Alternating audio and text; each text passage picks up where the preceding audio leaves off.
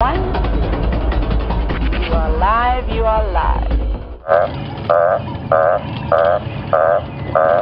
Good morning, a slightly unusual start today. A glorious sunrise in the east shining on a hamerkop, which Cheryl, Colleen, Ivy and PK pointed out to us was massacring what seemed to be an enormous explosion of eastern olive toads. Now that is the best identification I can give you of the frogs that are in or the toads that are in this pan at the moment, because I can't actually see them. All I can see is their little eyes sticking out of the water, and there are couples of them sort of locked in enthusiastic love. Oh no, here comes a couple coming out of the water now. Here we go. Very enthusiastic mating going on. I think these are definitely toads of some sort. I would say that they're eastern olive toads. Anyway, welcome most heartily from me. My name is James and you are with Safari Live, brought to you by WildEarth TV. And on camera today we have Brian, who's about to go on leave, very sadly. Sorry about that, Brian. It's okay, James. On the other vehicle is Steph, and he is also being accompanied by Andrew, the pack mule. And back in the final control we have Tara Dales on the knob twiddling and Jerry on the tweeting. So please do talk to us. Remember, this is a totally interactive Safari. We want to hear from you. Comments and questions to hashtag Safari Live if you're tweeting away, or questions at wildearth.tv if you happen to be on the email. We're just going to stop here briefly further just to show you a little bit more about this pan. It's fascinating stuff. These hamerkop birds, which the four of you managed to spot, and probably many others as well, are hugely famous for their frog-eating habits. They're also very famous for their ability to build the enormous nests that they do, that weigh up to 100 kilograms. These hamerkop nests weigh. They're kind of very messy masses of all sorts of different things, and if there's any rubbish nearby, they'll often build with human detritus, and inside it is a very thermo-regulated, warm little chamber where the hamerkop chicks live. And it's an extremely unusual nest, a huge kind of pile of sticks and rubbish weighing up to 100 kilograms. So that is the hamerkop, and I think that they're either full because they've eaten so many of these frogs, or they're not that keen to get their feet wet. You know, they don't have webbed feet, so they're not swimmers at all. They don't have long legs like storks do, so they tend to stay on the fringes of the water. And as long as the frogs stay away from the shoreline, look at the hamerkop is now looking to see if he can catch one. As long as the frogs stay away from the shoreline, I think they're probably relatively safe. There were some lions calling earlier, and so thank you for that update. Apparently around here, Steph is further south of us. He has got some lion tracks, so we'll head down there and see if we can help him follow up on some lions. The lions, we obviously didn't do a full drive last night, and after the rain stopped, it was about 5:45 when we had the last major sort of storm that came through. It then did drizzle a bit after that, but major storm then. Those lions, the 5 Birmingham boys that were calling south of us yesterday morning, moved at a great speed, and it sounded like they were going into Arethusa, and they made an enormous noise at sunset, which is very unusual. It's not often that you hear lions calling then. We heard them calling again and again and again as the sun went down. It was really rather magnificent. So we'll see if we can't unravel the story of what happened in the night, either from the road and the tracks that they've left, or possibly more easily from the radio by contacting the other rangers. Oh, hamerkops in for the kill. The other creatures of note in this pan are the marsh terrapin. Terrapin, for those of you who don't know, is a freshwater turtle of sorts, different from a tortoise. And the marsh terrapin likes to live in smaller water bodies and puddles like this. So probably a marsh terrapin, could also be the other species that we get here, called the serrated hinged terrapin. But we wouldn't be able to see them unless we'd actually take them out and look at their carapaces and plastrons, which is the shell.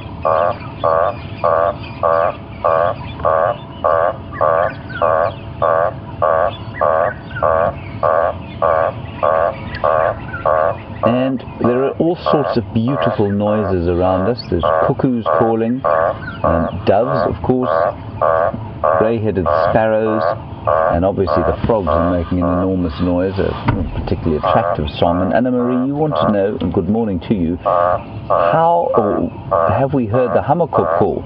No, we haven't heard the hamerkop call this morning. They do have a not very attractive call. It's kind of a strident, squawking noise. I'm not going to try and emulate this early in the morning, but we haven't heard them calling while we've been sitting here, and we've been here now for about 15 minutes, I think.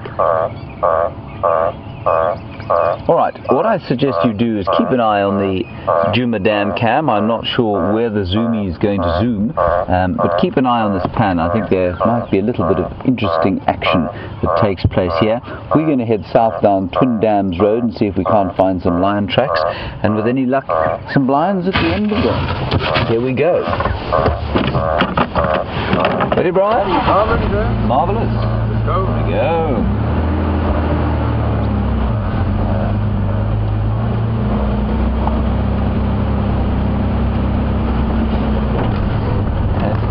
Good morning, Marla. You say you're impressed that I can hear lions over the sound of those frogs. Marla, it is, they do make an incredible noise, but you're very close to the microphone. Well, the microphone's very close to that pan, and so it's picking up basically only that frog noise, I suspect, or largely that frog noise. We're a little bit further away from it, so we can hear what else is going on, but I imagine listening to the Djuma Dam cam at the moment must just sound like a great chorus of frogs calling. Ooh, there's a big cloud coming. I'm rather hoping that it won't rain this morning, although one mustn't look these blessings sconce, because we do need rain always, as much as we can get normally in this area. This is a pretty thick cloud, so you may have us running for home at some stage, but none of us felt like it was going to rain this morning. We all felt like we were going to have a pretty good day. What do you think, Brian? It's going to hit us. Most likely. Most likely. Just going to call Steph on the radio. Go ahead, Steph. He's got an update for us.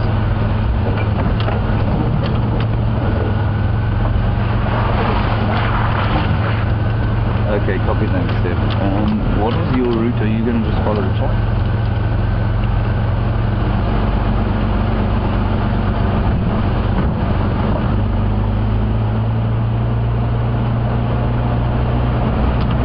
Okay, copy that. Yeah, that's cool, Steph. What do you think it's worth my while going north, looking around, or carry on? I'm on Twin Dams. I'm just going to check the drop down straight away.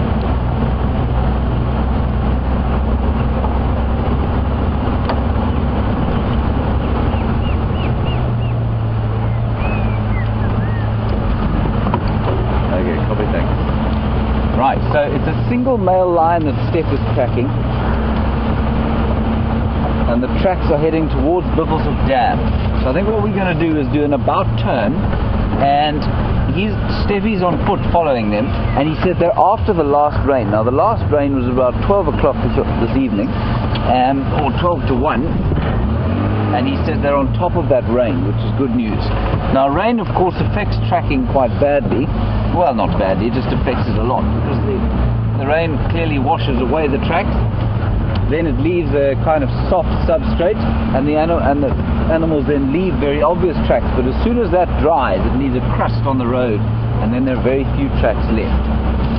So it does affect the tracking quite a lot. Right, let's drive. We're going to drive a little bit quickly to see if we can't get towards there. Levels of dam. Go ahead. No, never mind. Right, on we go. It's apparently about 18 degrees Celsius. That feels about right to me. And that is about 65 degrees Fahrenheit. So quite a pleasant morning. A little bit chilly. Brian's only got 2 jackets on today. 2 jackets, Brian? Only one. Good heavens. And a buff. Yes, and a buff. And long pants.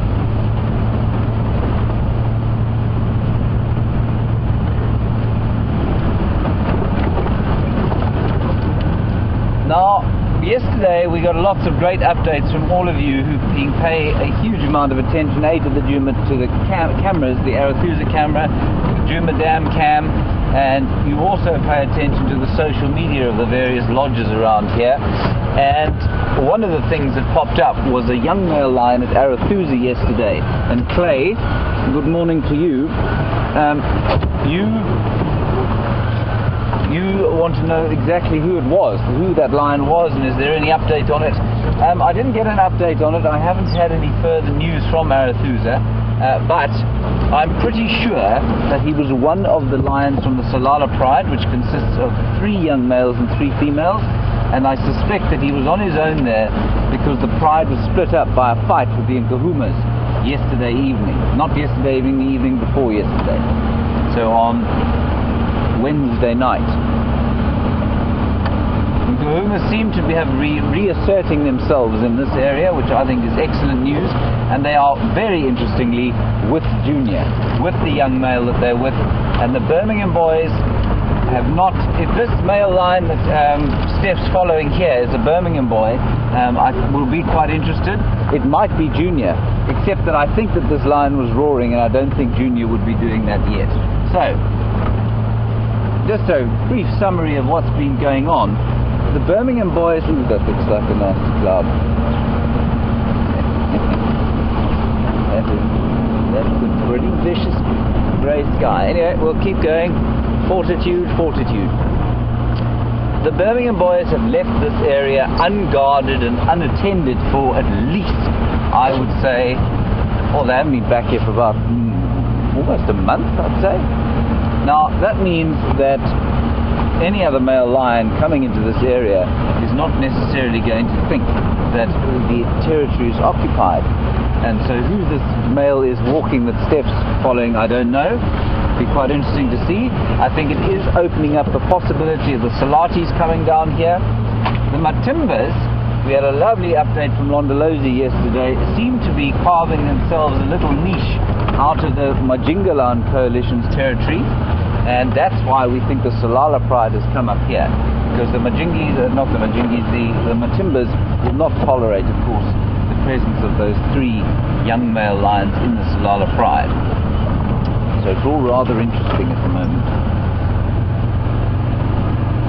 And I think the easiest way to, or the best way to interpret what's going on is almost to forget everything you've read or learned about lions before. Just observe without judgment of what's going on, and then try to overlay 1 or 2 of the things that you've read or think you know.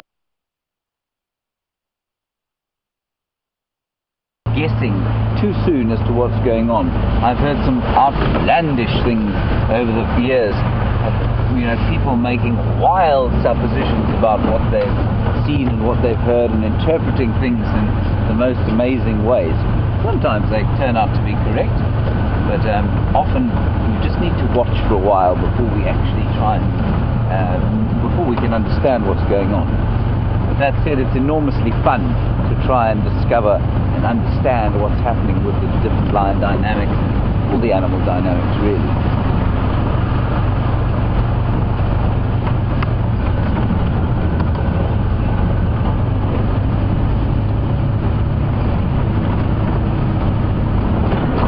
From, I think, Paul Rizzo. I'm struggling to hear the names. I got it right. I'm amazed. Phew. Hello, Paul. Paul Could that lone male be a Solala male? No. You see, if Steph was following the tracks and he'd only seen the track, those Solala males are the same size as females now, and I think that he would have said to me, I'm following the tracks of a large female. It's very unusual to have a young male on his own, and I think that he would have said it's a small male. They'll be substantially smaller, those Solala tracks, than those of a big male. It's not impossible, but I think that they'll be substantially smaller than of a big adult. They'll look like lioness tracks.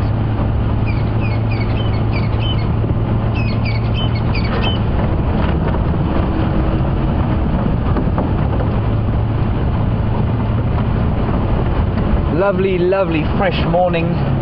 Petrichor smells all over the place, and fresh grass popping out of the ground with great enthusiasm, flowers blooming, birds are singing, and an enormous black cloud coming from behind us.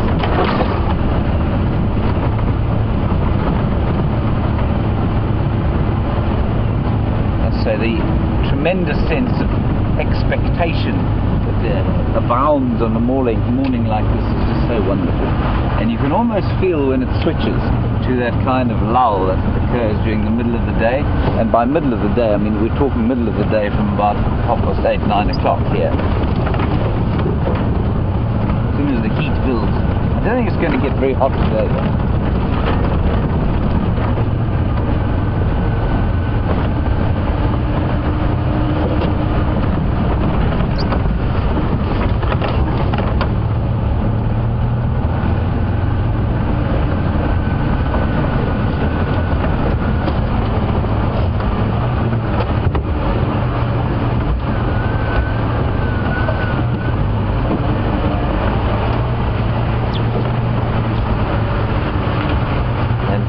In line with what I was saying, Sandy Train, you say you don't suggest predicting any animal behavior because as soon as we do, the animals go and do something else.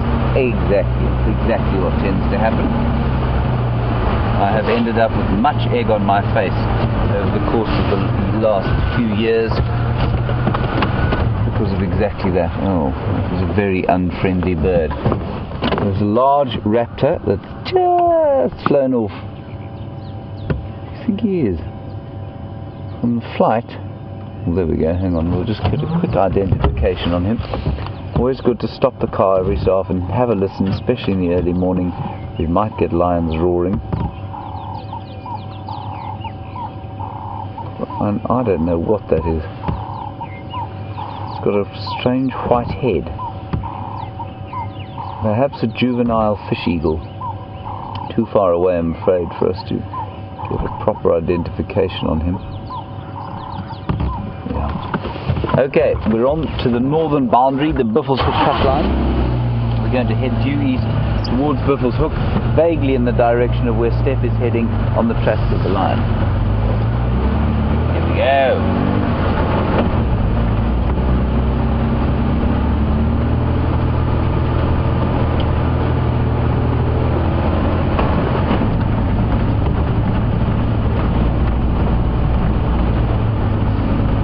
Just talking a little bit about the Matimbas and the fact that they seem to be down at Londolozi at the moment. And Clay, you want to know if the one with a bad paw is there? Yes, he is. I don't know what the status of his injury is, or how sore he is, or whether it's affecting him. I can only think that it isn't affecting him a great deal. Two of them are down carving out a new niche for themselves, having been turfed out of this territory. I think he's absolutely fine, but he's definitely down there. There's not only one of them down. It's not only Hairy Belly, it's Ginger as well. So that's great news for them. I must say I'd like to see them again. I thought they were magnificent lions, those two. Perhaps not the bravest lions I've ever seen in my life, but certainly magnificent.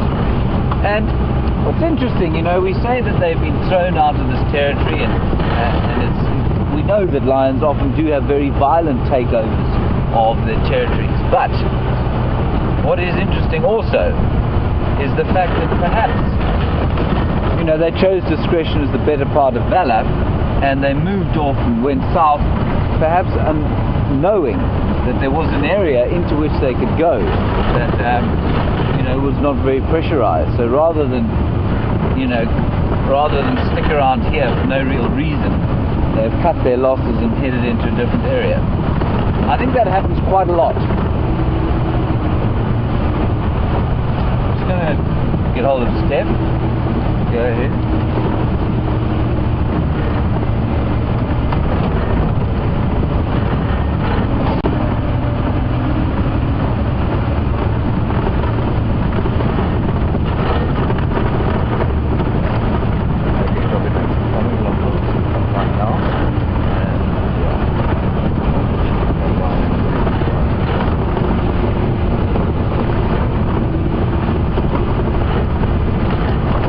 Still heading in the same direction towards Birmingham Dam. Birmingham Dam is, I'm going to be quiet now because we're going to go through a dead signal area, then I'll talk to you when we're through the other side.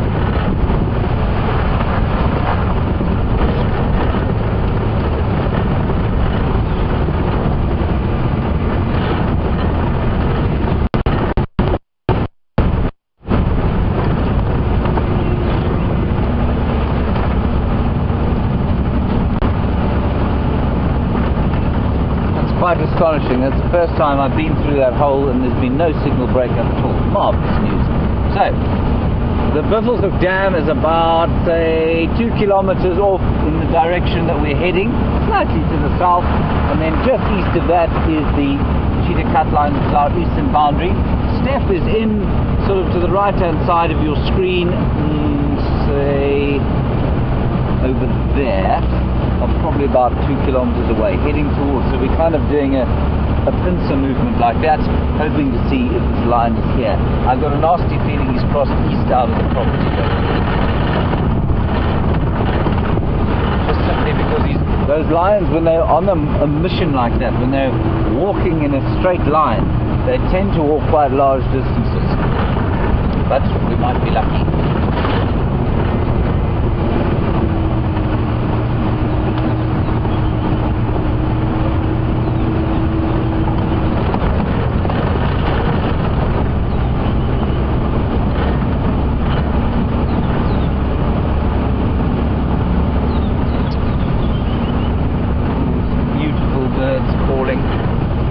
Now, we've seen young male lions in their prides. We've seen Junior try to mate with his mother and his sisters, which as human beings we find a little distasteful, or probably quite a lot distasteful.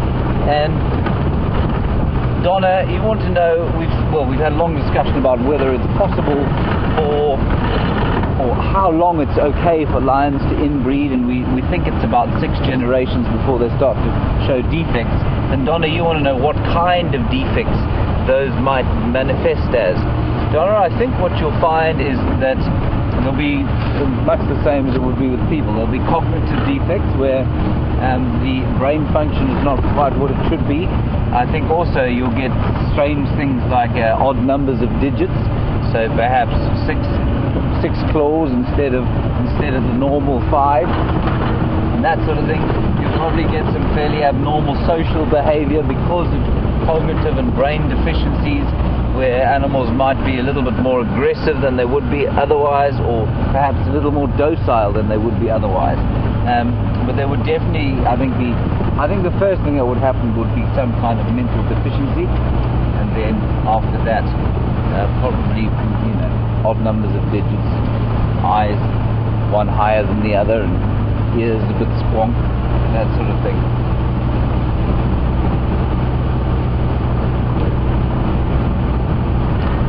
That it's a kudu and not a lion.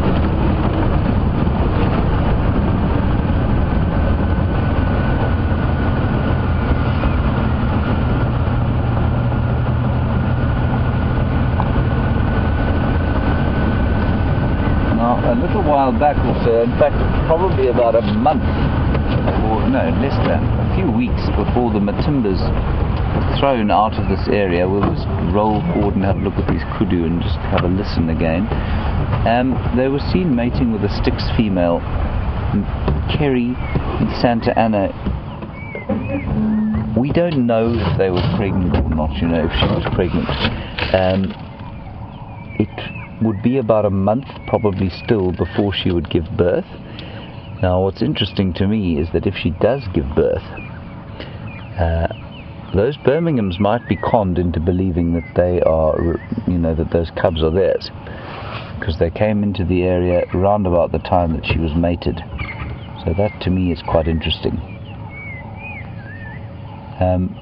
But Kerry, also what's interesting is that we saw, and this is something I forgot to mention yesterday, we saw when the Birminghams came in here, we saw one male, one female from the Nkuhuma Pride trying to placate them. She tried to mate with all of them. I think she mated with a few different ones, and we're pretty sure that was a false estrus or pseudo estrus designed by evolution.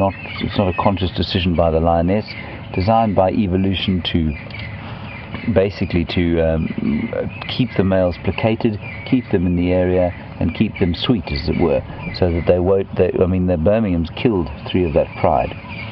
Now what's very interesting to me is that there has been exactly the same thing apparently going on with the Matimbas and their movement into Londolozi. One of the prides there, the Salala pride is quite a complex arrangement. It's not just those 6 lionesses we had. They tend to come together and then break away from each other, and there are more lions involved. But one of the lionesses there did exactly the same thing. So when the rest of the pride disappeared, exactly like the Nkuhumas did when the Birminghams came in here, one of the lionesses down there, I'm just going to roll forward, seems to be mating with one of the Matimbas, almost to placate them again and sort of stop the aggressive behavior that they have towards the new prides, which I think is very interesting.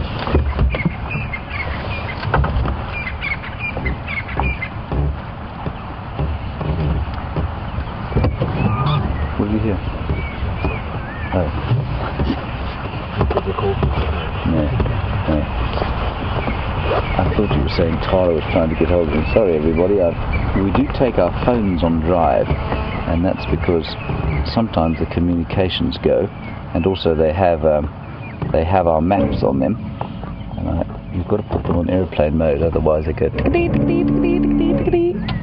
you just keep rolling forward. And Brian was hearing that in his ear, and of course he's got these enormous earphones on.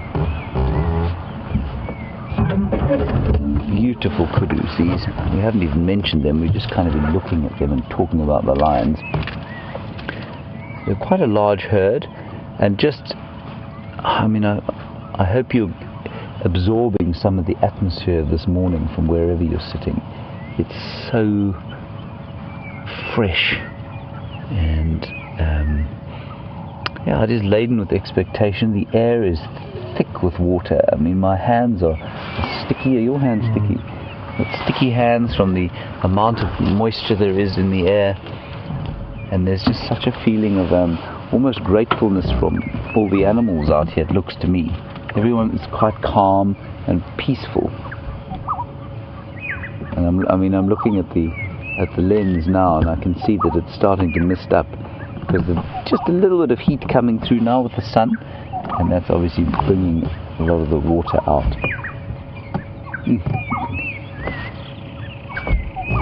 That beautiful bird you can hear is a black-crowned chagra.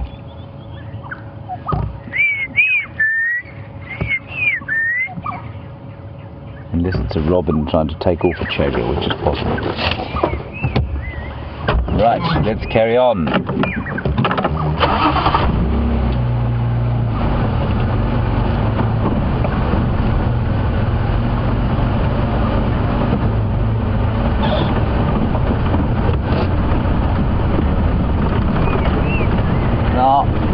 Chatting a little bit about mental deficiencies that could come up in lions after a whole lot of inbreeding.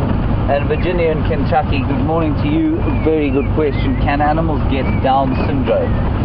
I don't know specifically if Down syndrome happens in the same way as it does in human beings. I suspect it probably does sometimes, but remember, out here in the wild, if there is any kind of deficiency that would make an animal physically or mentally less capable than another, it will die almost at birth. So I think it's possible. I think it certainly would result in almost immediate death, though. So yeah, I've no doubt there are all sorts of different mutations and manifestations of genetic disorders.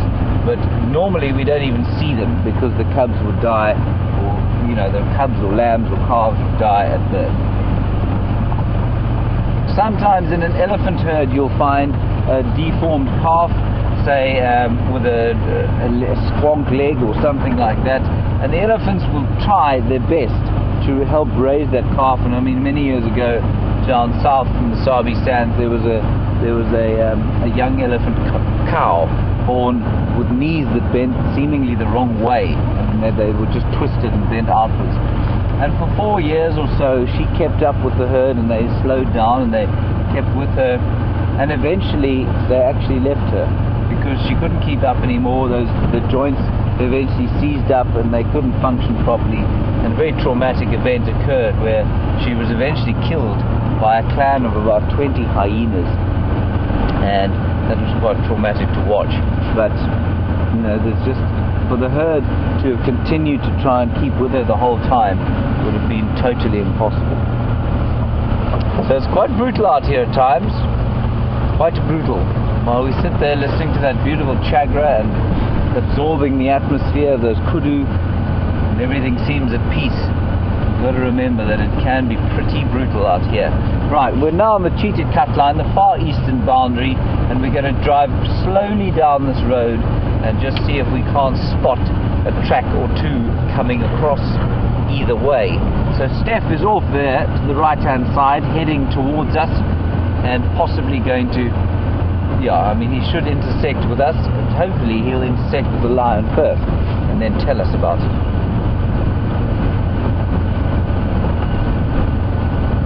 Just going to get hold of him now and find out where he is.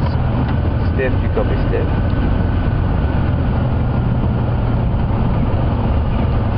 Steph, I'm on cheetah cut line now, about 200 meters south of the junction.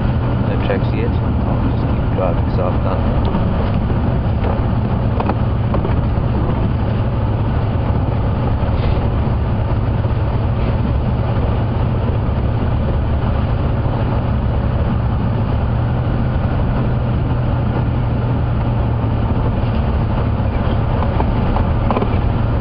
Okay, copy that, thanks. Alright, so Steph says, and this is quite good news, that the tracks have turned south. So they're in the block here, and they've turned south because of dam, so he's not just heading due east, which I thought he might be. So we'll keep going very gently down here, watching out for any tracks that there might be. I like to drive down this road like this. Helps me to see what's going on more on the road. So it's of course extremely acrobatic of me to be able to do this. Ooh, hang on. Yeah.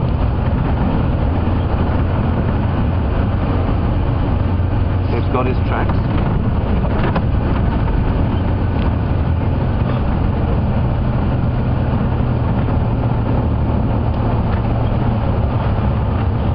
Okay, copy that, thanks.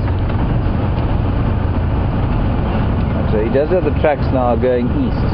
So we're just going to keep going down this road and see if we don't come up with the lion or his tracks.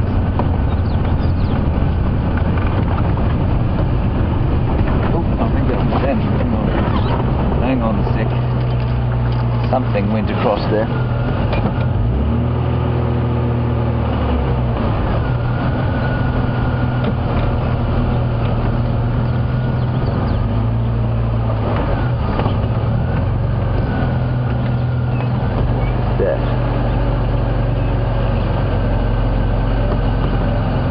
Not a lion. Not sure what it is though. It's just a kind of flattening.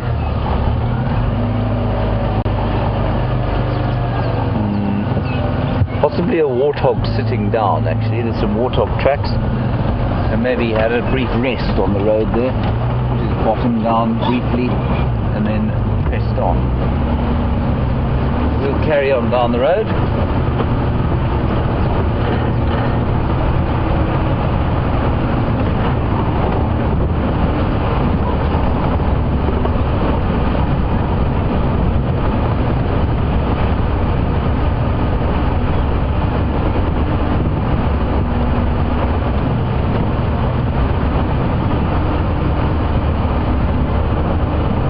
trying to find one of the greatest predators, of course, the world has ever known, the African lion.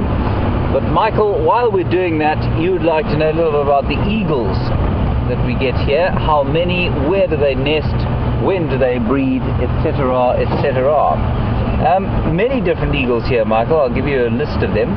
The brown eagles would include the Wahlberg's eagle, the steppe eagle, the lesser spotted. What else would we have? We have the Marshall eagle, the African hawk eagle, the fish eagle, the brown snake eagle, the black-breasted snake eagle, the bateleur. I think I'm leaving one or two out, even. So those are the main ones anyway. And you want to know where do they mate and when, when is the breeding season? Some elephant tracks on the road here. This is actually the breeding season if they're going to breed here. Now some of them are migratory, many of them are migratory. Tawny eagle, of course, is a very important one. Now is the kind of mating season for those that do mate here. The tawny eagle is resident, and so they will breed round about now. The Wahlberg's eagles just come back from overseas, and they will breed now. Steppe eagle and lesser spotted have just come back, and they are, certainly the steppe eagle doesn't breed here at all, and so they won't breed here. They'll breed during our winter months up in the Russian steppe. And so those that do breed here will breed now, and it's on a kind of platform of sticks in the trees, and the Wahlberg's eagle's nest are the most obvious ones for us to see, and so if we see one I will show it to you. There is one quite close to where we live, and occupied by two very, very attractive and very kind of model couple really, two pale form Wahlberg's eagles. I must just keep my eyes on the road, I mustn't forget that. Get lost in conversation, stop paying attention to what's going on around here. So if I don't look at you while I'm talking, please do not take offense. I'm not being rude. Just trying to find the lion tracks.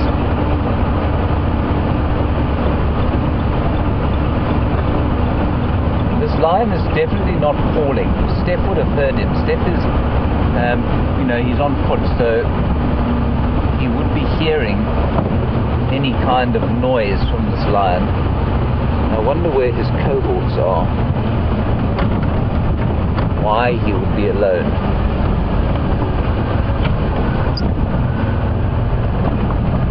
No lion tracks yet.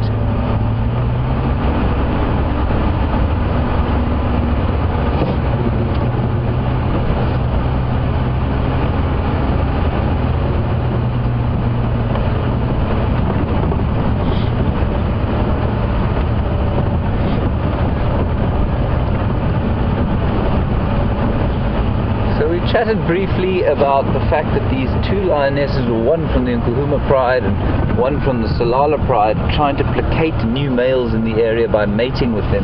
And Anne in Ohio, you want to know, is it a dominant lioness? Who decides? How does it happen that they decide which lioness is going to go and do the placating job? And I don't know that it's been studied actually sufficiently. I've never read about it before. It's only from what I've seen during this current pride takeover that one lioness has detached herself from the pride and gone off to mate with the new males. So I don't know what the cause is or who it is. I would suspect it would be the oldest lioness, but remember there's no, what is this? It's an impala or a Steenbok in front of us. I would suspect, Anne, that it's the oldest, but there's no dominance hierarchy amongst lions in the pride. So, it just depends on your size. So I don't really know, to be honest.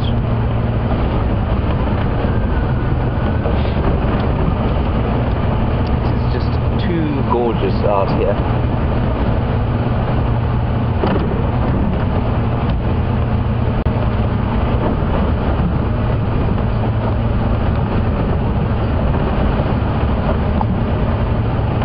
We're looking probably for a young male lion of some sort here. And Andra Marie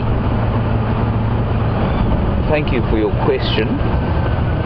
What is the oldest male lion ever found in the wild? Andrew Marie, please just also remember to tell us where you're from. It's so lovely to hear, and with the different parts of the globe that you are sitting on watching Safari Live. Andrew Marie, the oldest lion on record was an Etosha lion aged 16. Now there are lots of people who will tell you that there were older lions around, but if you dig quite deeply into the stories, they very seldom actually know that is, you know, what the case is. That said, there is some anecdotal evidence that there were 2 or 3 17-year-old lions in the old Sparta Pride, Sparta Males down at Londolozi, and we think that they may have lived to 17 years. Not entirely sure when they were born. So I would say probably 16 or 17 years is the absolute surest kind of number I can give you. There will be people who will tell you that they've seen 20-year-old and 18-year-old lions. I would treat those as assertions with a great deal of caution. Normally, of course, 10 or 12 is about where they get to. 12 or maybe 13. 13 would be considered a pretty old male lion. In captivity, probably up to 20. So out here, life is tough, as you can see for those timbers.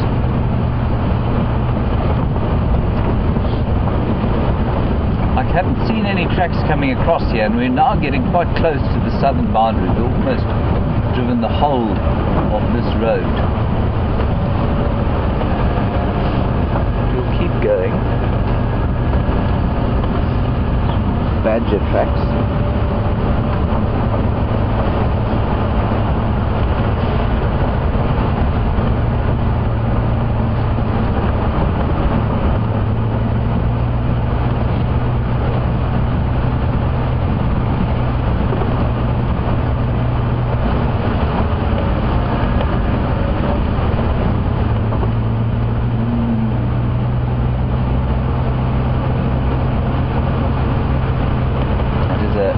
Sure you can appreciate the magnificence of that colour that you can see. So we've got it almost stage-lit perfectly from the back by the rising sun, which is on our faces, and then the incredible green of the spring vegetation and that magnificent grey cloud above it, almost black. I don't think it's going to rain. I think it's may be famous last words, of course. But we're now right pretty much on the southern boundary.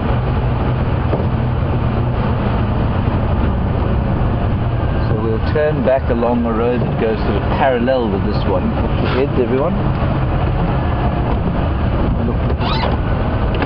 See the hornbill there? He's been fluttering around there for a little while. I wonder if it doesn't have a nest. I don't know where you look at. Sorry, he's on that knobthorn tree there, the dead one. And I wonder if he doesn't have a nest there. He's flying towards us.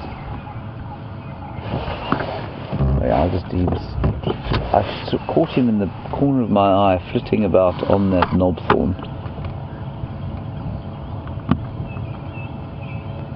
I wonder if there isn't a nest there. So you see the knobthorn trees, well, lots of dead trees, of course, get funguses in.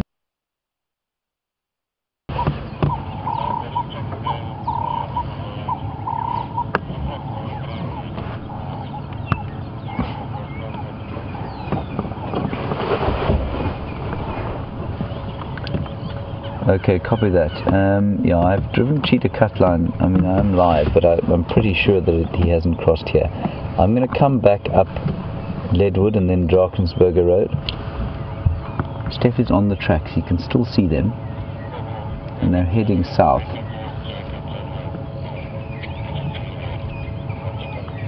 He is heading towards the cheetah cutline. I wonder. Okay, I think let's turn around and then we'll go up. There's a little road just to the behind us, and we'll head up there and see if we can't pick him up. It is well possible, you know, that when I just turn around quickly to look at the camera, you know, we may have missed the tracks going across the road. That's not okay. I shan't beat myself up about too much. Here comes a bit of rain, yeah. There is a bit of a few dripples coming out of the sky. We'll head away from it now.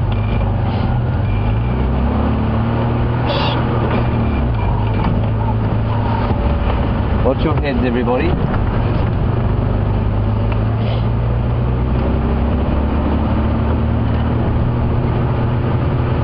And then we had that question, lovely question from Michael about the eagles and when they breed. And earlier on in the year, we were watching vultures nest on Arethusa, and they certainly seem to be breeding during the winter. And the vultures, yes, they will breed during the winter time.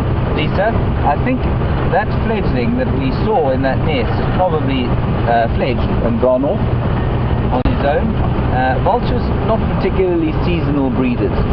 No birds really have to be seasonal breeders, but obviously the more food there is around, the easier it is for them to breed. So the vultures don't really worry too much about seasonality.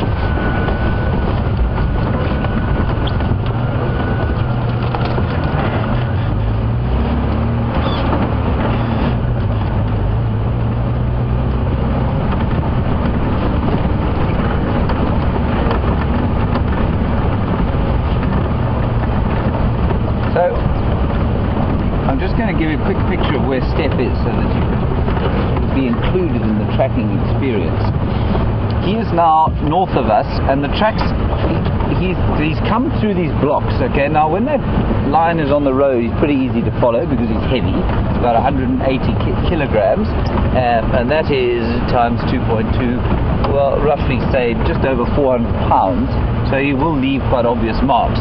But when he walks off the road and through the block like this, they become very difficult to follow, of course, unless there's very fresh rain, so you can actually see where they've moved the grass, and then on the odd sandy patch. And that's where you need a truly experienced specialist tracker, because they're able to then follow those tracks. Anyway, we're chatting about the age of lions, and Dee, you want to know what is the oldest, or what is the potentially oldest big cat that we get here? Well, I mean, there are only two real big cats, well, three big cats that we get here, the cheetah, the lion, and the leopard. And potentially the leopard is the longest lived. Although that said, I mean, the oldest recorded female leopard here was the 3-4 female of Londo's, and she was 17. Not much different from the oldest recorded male lion. So probably potentially fairly similar. I think if you kept lions and leopards in captivity, though, the leopards would be very slightly longer. Cheetahs probably quite similar, you know. In the wild, I would say probably fairly similar ages. So, you know, I wonder in captivity who would last longer. I think you could probably say that they all last roughly 20 years. There's no obvious kind of difference. Brian is just going to clean the lens.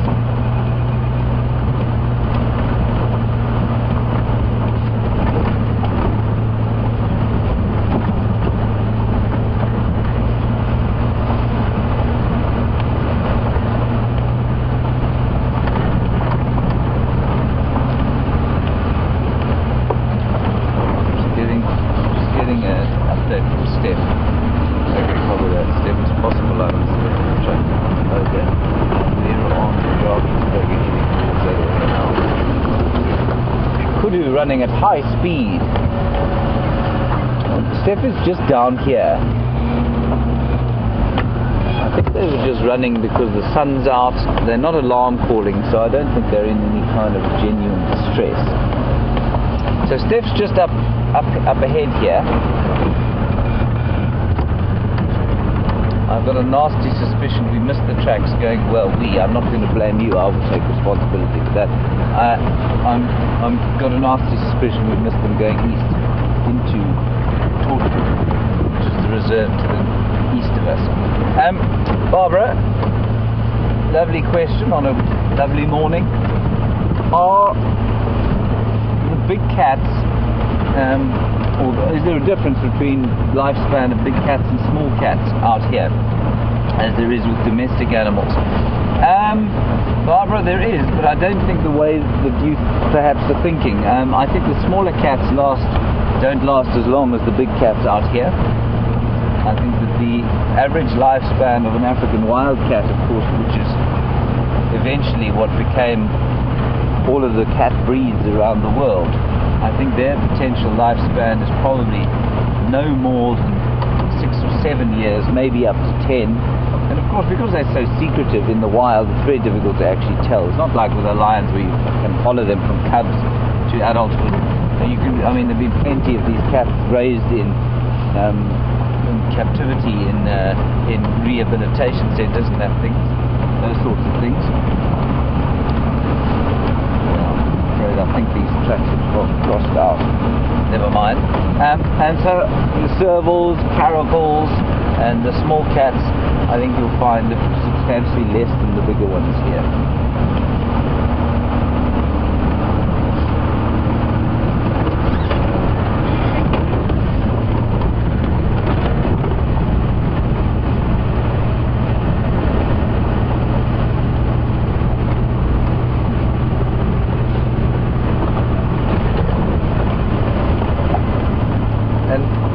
On the same subject of age, Marianne in Texas, your question is, does the rule which applies to, or the rule of thumb which applies to domestic dogs, sort of the 7 dog years to 1 human year, apply out here? No, I think it's probably a variation of that. That's not so much a rule as it is a way of helping us understand how dogs age. So for a lion, I would say, it's probably about the same. For a smaller cat, I'd probably say it's probably maybe 10 human years to 1 cat year. That would probably be about accurate. There's some elephants up ahead there. Beautiful. So remember that the average human lifespan is a lot larger now than it was in previously, and lions don't live into old age like our dogs do. Our dogs, because they are looked after by vets and us, and they have cushy lives, we find that they live longer than they would in the wild. So that 7-year kind of rule, I think you can only really apply it to domestic animals. I'm just going to quickly tell Steph that we've got elephants here, so he can keep following the lion tracks. He's not far from us. Steph, we've got a herd of elephants here on Drakensberger, about 400 meters to the south of the junction with Gwari Pan. We'll just sit with them for a while, and will you just keep us updated on those tracks?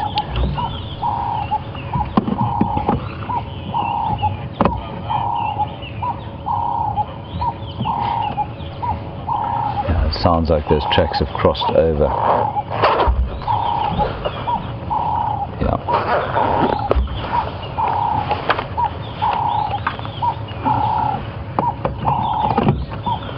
Okay, copy that. Yeah, I definitely was not looking at the road at that junction. Sorry about that.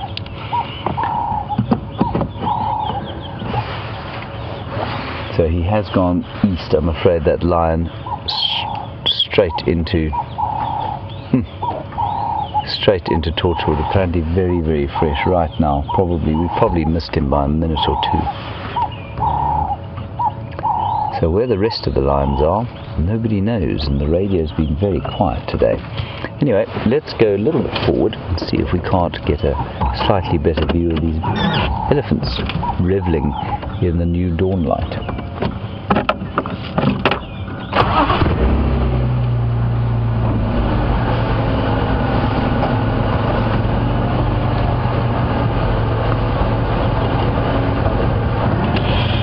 Don't want to do is frighten them. You can see I've already done that by starting the engine, so I think we'll be very cautious about moving forward. We want to create a bond of trust between us and them, so that eventually the elephants of this area will not react to our presence at all. We're getting there. It's got a lot better. I mean, in the year 2000, when I started as a guide, as I've said to you before, we didn't go into an elephant sighting unless we had a forward escape route. You kept your hand on the ignition key because the elephants were so irritated generally with human beings. And that situation is better than it was. We still are very respectful, very careful, very observant about how the elephants are feeling. We watch their behavior. But in general, they tend to be a lot more relaxed than they were. And that was no better illustrated than it was when we watched on Friday last week, exactly a week ago. We watched a young, tiny elephant calf and her mother, and they came so close to us without paying any attention to us at all, which was just wonderful.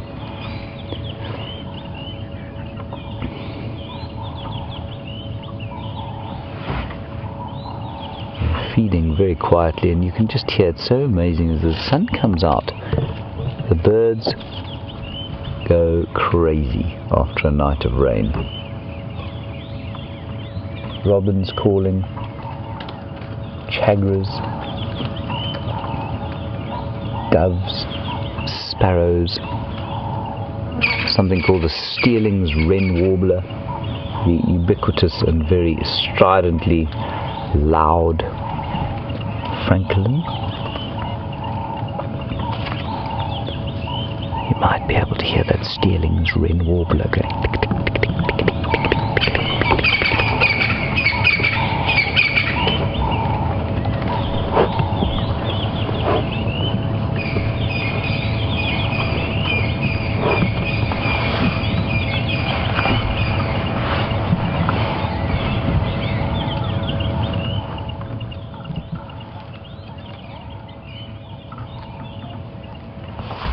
Marvellous sounds those.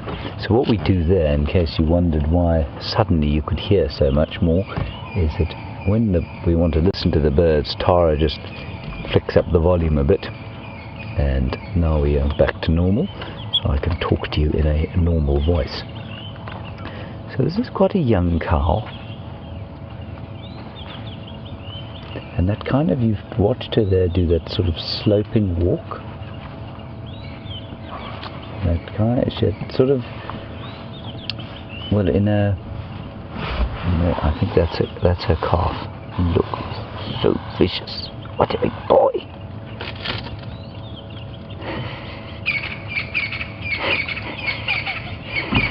He's kind of play fighting with us now. Testing himself, seeing if he can make us run away. And now we haven't moved, you see, so now he's feeling a little bit less sure of himself.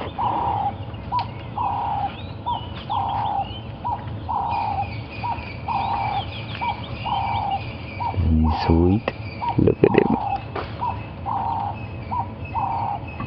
You can see him crossing his feet like that. That's a very common thing with elephants that are feeling slightly socially awkward, just like with people. There he goes.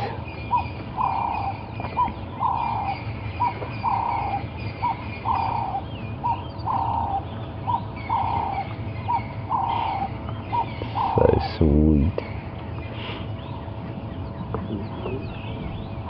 And he's just enjoying this. This is entertainment for him. Now what the cow did when she came across the road was kind of, when males do it, we call it almost a must swagger, when they kind of swagger across the road. And all it is a kind of, it's a slight warning behavior that says, listen, I'm watching you, and I'm watching you quite carefully. I'm okay with you, but just don't push it. Now, this little fellow is now trying a different angle, and now he's feeling embarrassed, so he's going to pretend to be eating.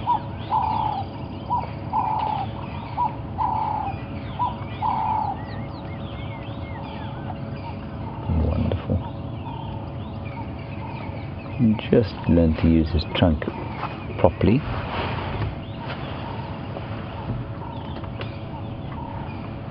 I think there's some others up ahead and to the left, but I doubt it's just these three.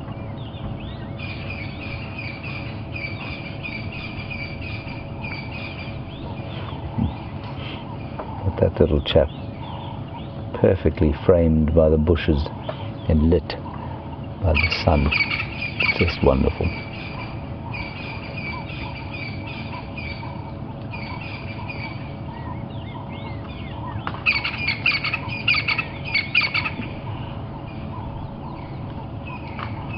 Look at how dexterous that little trunk is, even at that age. Picking up little pieces of individual grass that he wants.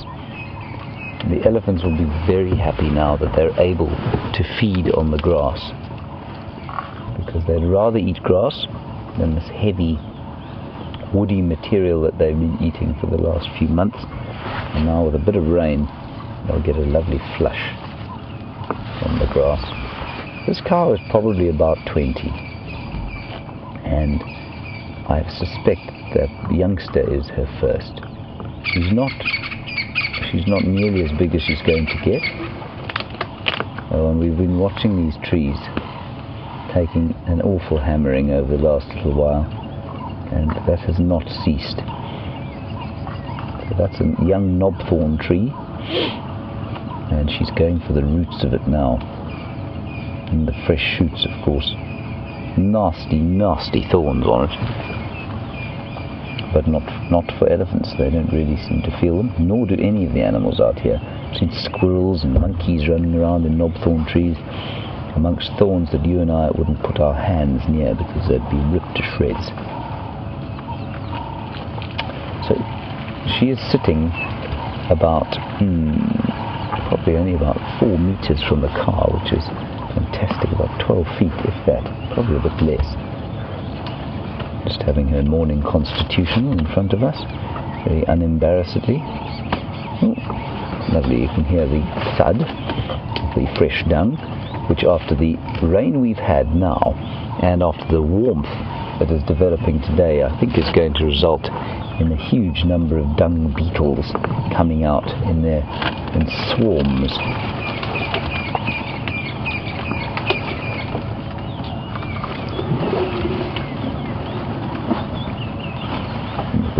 Elephant. That little elephant is now only 2 meters from us.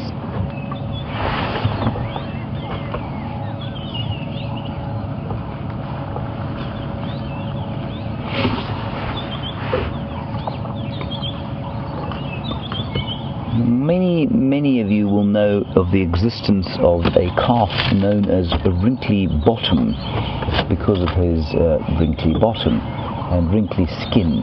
And Nancy and Lauren, this is not wrinkly bottom. This is a fairly standard issue elephant calf, very beautiful, better skin than wrinkly bottom. I don't know where wrinkly bottom is. I haven't seen him for a while. Brian, have you seen him for a while? No. Brian also can't recall seeing him for the last little while. I know Brent had him not too long ago, but I haven't seen him for a while. Elephants, you know, are not, they're totally unterritorial. So while they will often move in similar areas, sometimes they move off and disappear for months on end.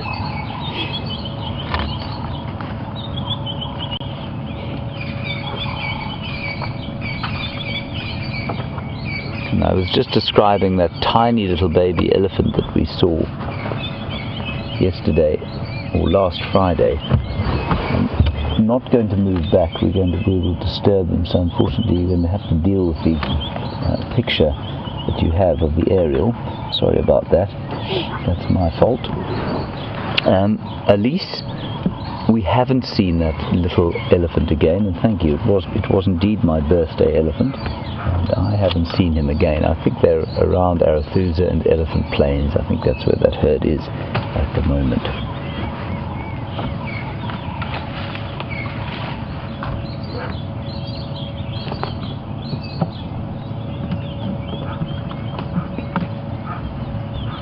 Now this young elephant is probably rising too, so almost 2 years old, I would say. And Barbara, you want to know when they stop suckling? Round about 2, up to 4. You know, they kind of will keep drinking a little bit until they're probably about 3 or 4 years old. But so this one will definitely be still suckling, but also moving on to solids, as it were. Probably, well, they'll start eating leaves fairly soon on, as soon as their trunks are capable of being used to pick bits of leaves. But that youngster will still be suckling a little bit. I'm going to attempt to move back very slightly. I just think that they may react to us. But if not, well, that's great. See, the sound of a car is almost challenging to elephants.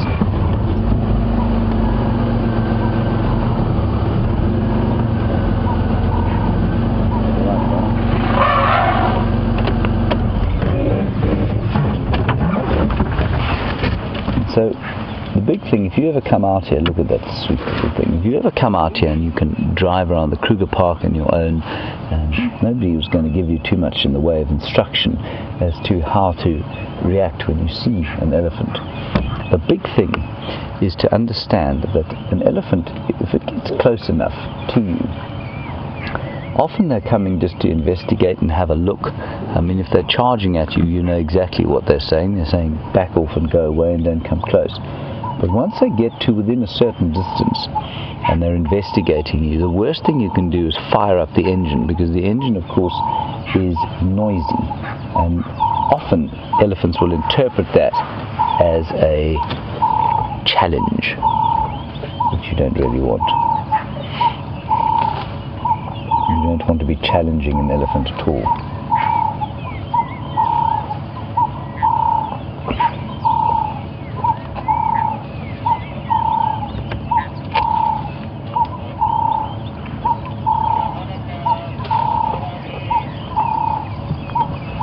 So we were just chatting a little bit there about the protocol of cars around elephants, and look at that little thing.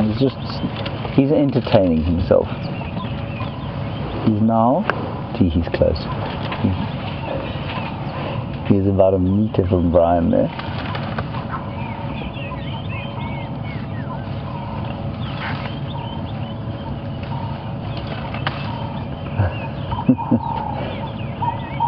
Terry in Santa Ana, you want to know about the difference between our protocol of driving around elephants and walking around them. The difference, Terry, is obviously enormous. The main difference, of course, is the distance to which you can go to elephants. Brian, let's snip a bit forward. I think there are a couple more in front there that might be a little bit easier for you. In vehicles you can obviously get closer, and it's because the animals don't react to us in the same way. So they don't see us as a huge threat in the vehicle once they've got used to the vehicles. On foot, however, if we were to get out of the car here, they'd have a very adverse reaction. They'd run away or run towards us, which of course would be deeply terrifying. And that's because they see us as predators on foot, and in the vehicle they just don't perceive us in the same way at all. So it is very different. We can get much closer in the car than we would ever get on foot. There's another little one through there. Let's drive off-road slightly here. It looks like there's a bit of a track.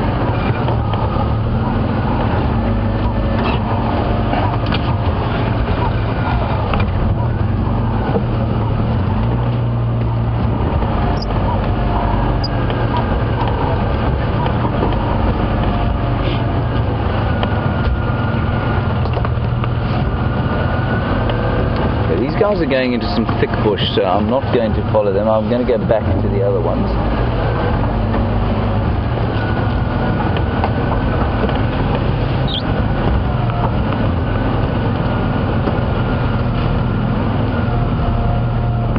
And just a lot of you commenting on how you love that little baby elephant attitude. I think he's got a wonderful attitude. It's very, you don't want him to have that attitude when he's a big bull, though. But I don't think he'll have that beaten out of him by the bigger bulls when he gets too large. And Dara in Ohio, you say this little baby has made your week. It's been a tough week for you. I'm sorry about that. you probably come and work out here. It doesn't get particularly tough. We love it out here. It's rather amazing that this is my job. Dara, I hope that your weekend improves, and I'm glad that we could end your week with a bit of a highlight here.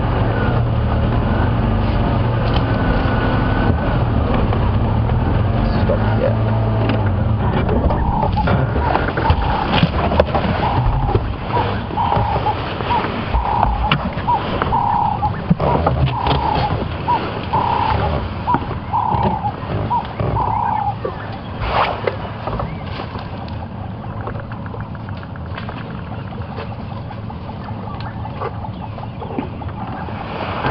Now, we're looking at a little elephant who's probably, or the bottom thereof, she's probably about 2 years old, and just under 2, I think. And Sandy, you want to know, they're born with teeth. Sandy, they are not born with teeth. The teeth come out pretty soon, but they're not born with teeth. And they do have milk teeth, they have milk tusks, which will come out and then fall out. And then they get their permanent teeth, I think pretty much, probably about 5 years old, I think. Not entirely sure, but they're definitely not born with teeth, as far as I'm aware.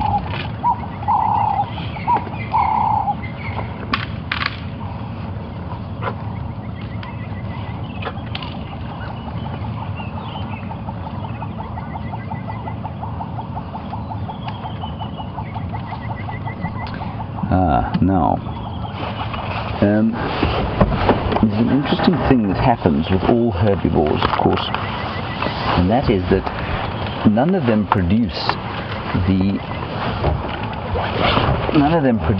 enzymes required to digest the. Sorry, I'm just taking my jacket off. To digest the structural material in plants, so the cellulose and the lignin that comes in plants. Very few animals actually have the necessary enzymes to digest that stuff. And I think what's interesting is that how they get those bacteria into their stomachs. And what they do is often they will eat the dung of another animal, and that lines the stomach. And we did have a question about, is it true that young elephants will eat their mother's dung in order to, you can hear her calling there, I don't know if you can hear that or not. So the question was from Carol in Florida, and Carol, they don't eat dung in order to get antibiotics, no. They do it in quite the opposite way. They do it to absorb the bacteria into the gut. And they probably don't need to eat a huge amount, but certainly they're not born with that bacteria in the hind gut. And without that bacteria, there's no ways that they will be able to digest the plant material, huge amounts of plant material that they'll have to as adult elephants. You know why this cow is calling? She's making, I don't know if you can hear it there, a low rumbling sound, and I think she's making it because the wind is coming gently from the east, so it's coming just over our shoulders and into her, and the smell of our humanness is making her slightly uncomfortable, and she's calling her calf and just saying to the calf, let's move away a little bit. They just don't perceive us in the same way in the vehicles. Although now the wind's blowing slightly the other way. Here comes this one here.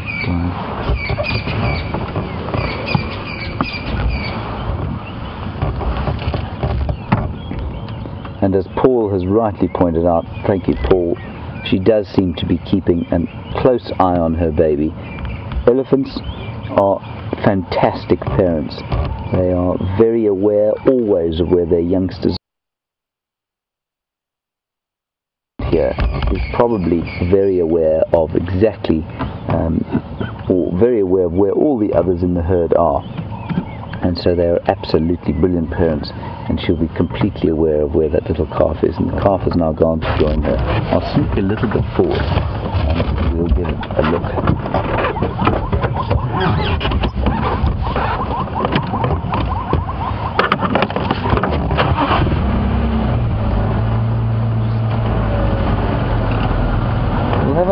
look here, and then we might go off towards the western side and see if we can't pick up on some other lion tracks.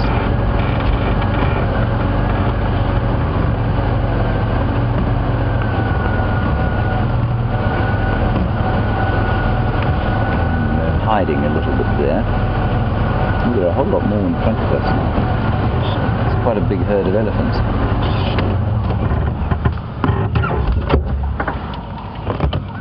Yeah, the little one's been told to stop playing with the humans, get on with the business of having breakfast, which will lead straight into brunch, in turn lead straight into lunch, tea and supper.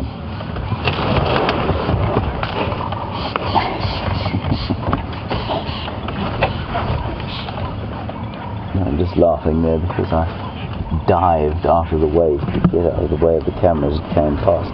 And you possibly thought the car was being driven by a ghost. Forgotten entirely what I was going to say now. Never mind. Something else will come to me. There, you can hear them all calling now. I might be deciding that it's time to go and have a drink. And when that happens, it's a fascinating thing to see. It would be a slightly odd time for them to do it, but it might happen. The matriarch will normally make a call. They will stop moving. Oh, there are two big bulls there at the back. It's a large bull, that.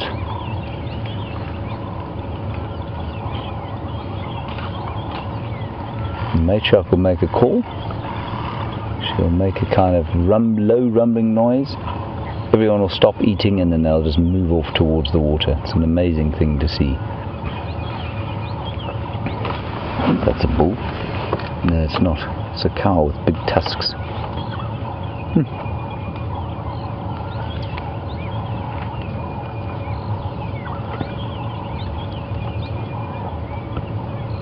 Huge herd of elephants. We know. I mean, they really are. They're on all sides of us. I'd say there are probably at least 30 animals here.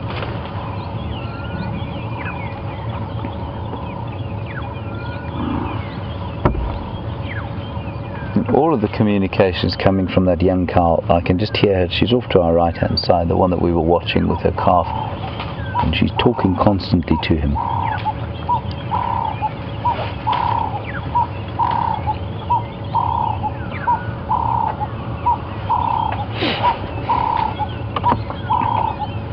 And I think that while that youngster there is feeding, he's definitely interested in seeing us.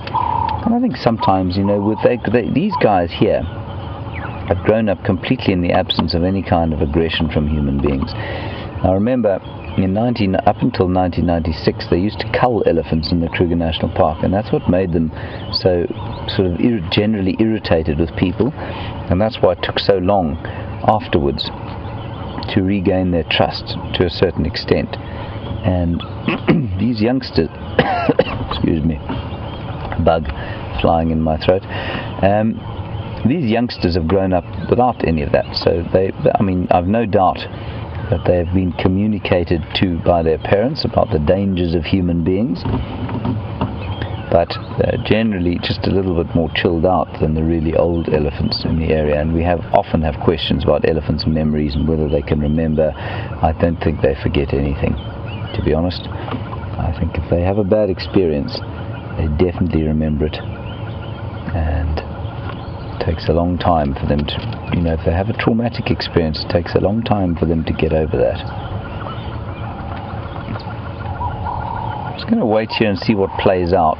There's quite a lot going on in front of us, and I don't want to affect it by moving forward. There's a very substantial cow there. I thought she was a bull, she's so big. Going across the road with a tiny little one. Okay, now I think we can probably sneak forward without creating any consternation. Let's do that.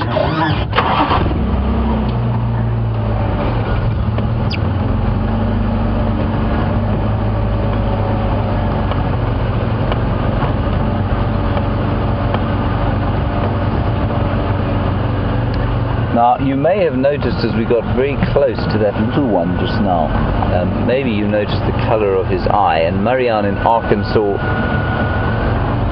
you say elephants' eyes very often look red. Are they red? Marianne, they're not so much red as a kind of honey-coloured orange. But yes, definitely there is a red colour to them. There's a red element to them. Just going to sneak slowly down this road. There is a tiny little elephant in front of us. But I don't want to threaten them, like I've said before. I just want them to be totally comfortable with our presence. The sooner we can turn the engine off, the better. Two young bulls having a little rumpus.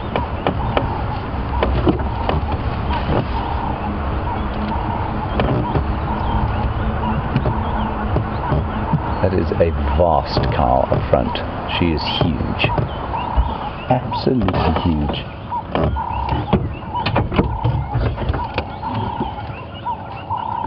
Her baby is not huge at all. The baby's tiny. Probably only about 2 feet off the ground. And those are two young boys. And they will test each other constantly.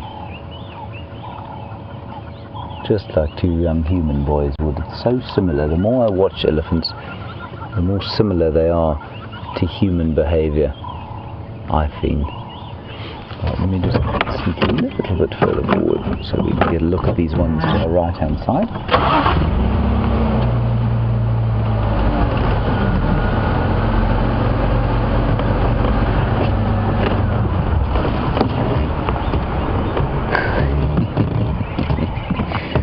This fella is just resting his leg, or was.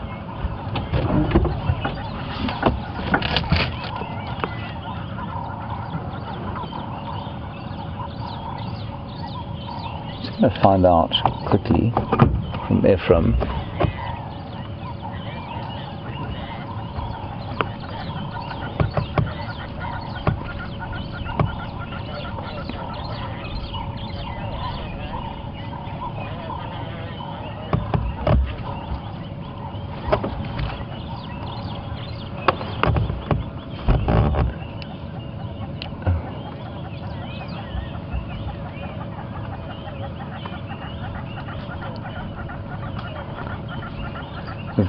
I'm just listening to the radio. There are reports of lions quite close to Arethusa, and I think it might be worth going that way. Ephraim, can you go with the position of that sighting that you had?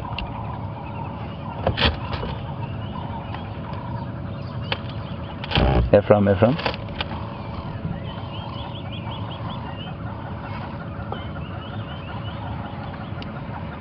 Ephraim, do you copy Ephraim?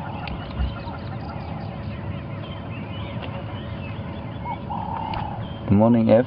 Can you just go with the position of that sighting you had?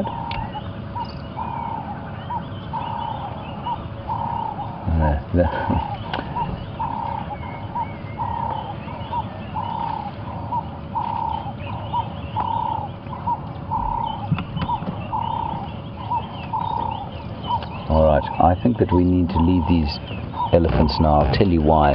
There are 4 Birmingham males in Arethusa, but we haven't seen them for some time. We're quite a long way from there. What's interesting is thanks very much, F. He found the lion that Steph was tracking just across the boundary here in Torchwood. I think it probably is a Birmingham male because there are only 4 of them down in Arethusa. So we're going to go that way. Yeah, copy, thanks very much, F. We'll head towards Arethusa now. Let's go and see if we can't find those other 4 lions. Marvellous, and apparently they're heading this way, which is good news. Okay, on we go. Wonderful elephant sighting. Thank you, elephant. We'll just head out here. We just don't see those Birmingham males very often, and I would like to see how they've grown, if they have grown at all. So we'll drive relatively quickly.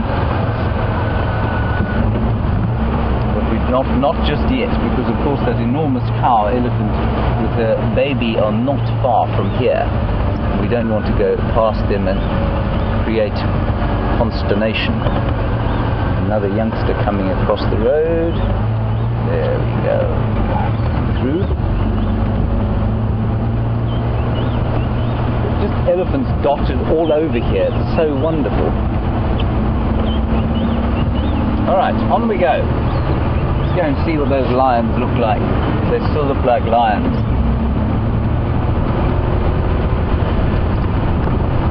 I'm going to go onto the boundary and then around on the boundary roads because they're a bit straighter.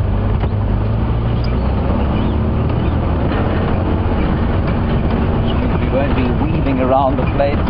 You guys won't get seasick and Brian won't have to hang on for dear life.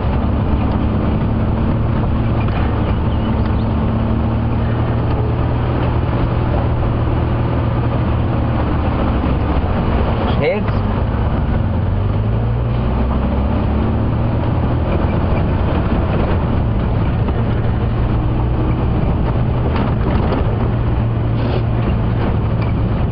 So I spoke a little bit earlier about the smell that you know, the elephant smelling us, and that the wind turning and blowing into the elephant and picking up our smell. And Barbara, you want to know, do we take any special precautions so that they don't smell us? Perhaps using a special kind of soap. Barbara, we don't use any special kind of soap. Some of us don't use any soap at all, but that's a discussion for another time. We use normal soap entirely. You do hear these stories of old hunters covering themselves in elephant dung so that they wouldn't be smelled by the animals. There's no necessity for that. We are very aware, though, especially on foot, as to where the wind's coming from. And certainly Scott and I, when we walk, we carry that sock filled with ash, and we walk along and shake it, just especially if we think there are animals around. We'll shake the sock, and it'll show us where the wind's blowing, and we'll try always to be downwind of animals rather than upwind of them, especially the bigger animals like elephants, which will become very threatened by the smell of human beings. But no, we don't worry too much about that.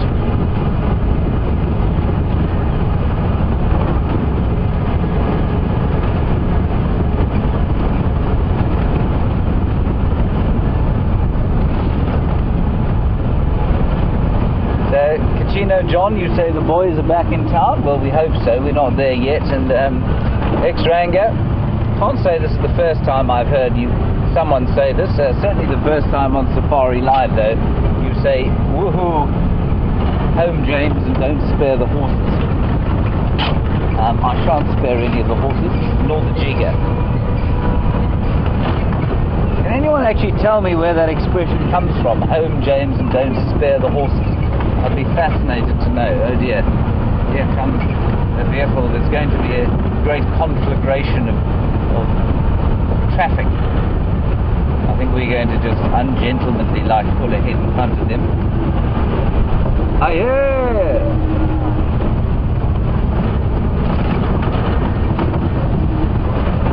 I've got more guests than he does. He's only got 6. That's Ephraim, and he's been looking at that lion in Torchwood, just to the east of us here. I think his guests are going home early today.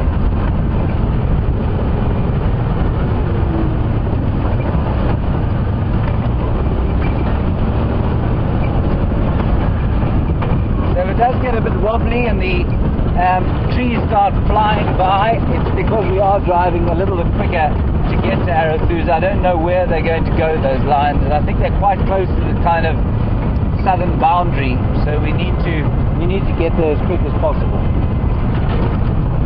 within reason.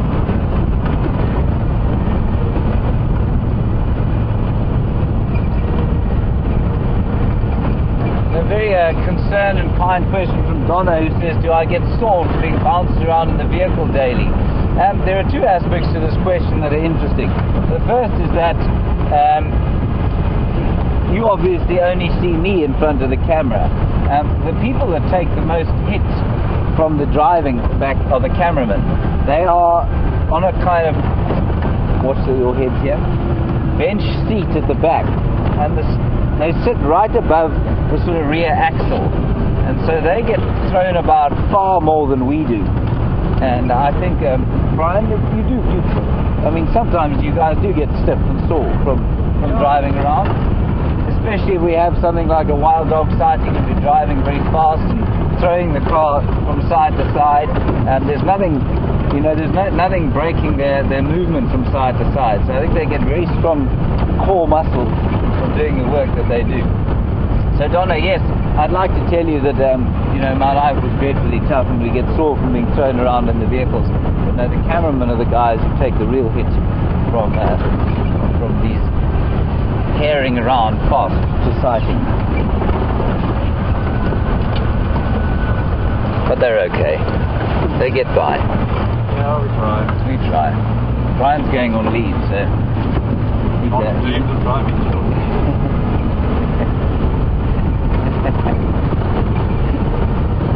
You're not on leave yet, Brian. I've found a Sisyphus tree for you yet.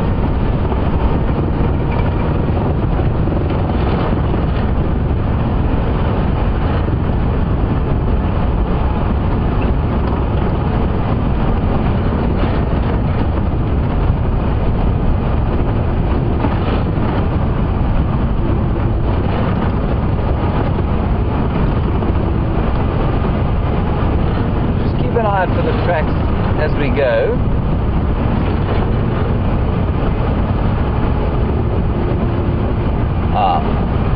Okay. Well, I just missed a question there, but I've got it now. Mike, you want to know which plants are used as painkillers out here? Apparently the Gymnosporia senegalensis, or the common red spike thorn, is pretty good. I know Brent's tried it, and I know we've both tried it, but he was the guinea pig, and he took a whole lot more into his mouth than I did, and he chewed it up and then spat it out, and apparently his gums and tongue went pretty numb for a while, and so that's a pretty good one for pain killing. There are not huge numbers of great analgesics out here. I know that Sisyphus or buffalo thorn is used as a kind of curative for any injuries and supposed to have a mild anti-inflammatory effect. When Andrew bashed his head the other day, I forget how he did it. Do you remember how he did it? Yeah, he walked into a pole at 5 in the morning. Yes, he walked into a pole. That's right. I remember not being particularly sympathetic and laughing heartily at it. He walked into a pole. Anyway, we put some Sisyphus on his forehead. He said it did make a sort of tingling feeling, and so maybe it was doing some healing. They had reduced the throbbing pain a great deal. So not a lot. I mean, you do get mild narcotics out here, like the wild ducker, which is a kind of an annual plant with beautiful red flowers. Apparently you can have a go at the roots there, and that'll give you a mild narcotic effect, which probably also will reduce pain.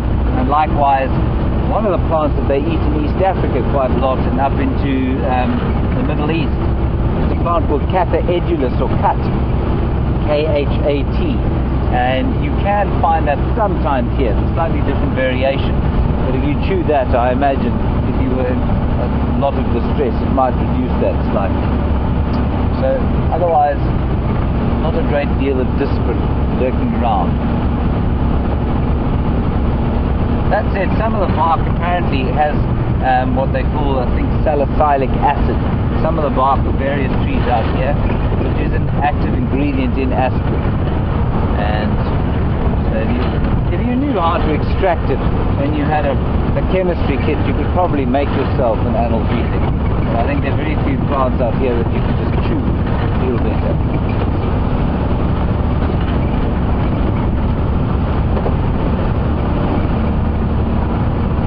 We're not too far now from the Arathusa boundary, and we'll get an update as soon as we get there as to where these lions have gone.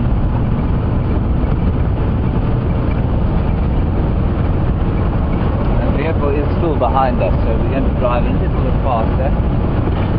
Now Jigger, as many of you will know, has just come back from hospital. Jigger is this vehicle that we drive, a deeply aging lady, and her steering box seems to be fixed, which is marvellous.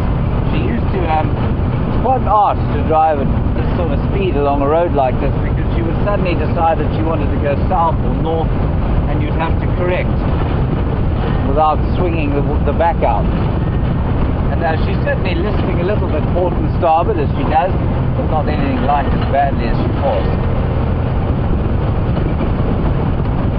I'm just going to try and call these guys Cruiser now to see if I can't get an update. Station Suzuki copy.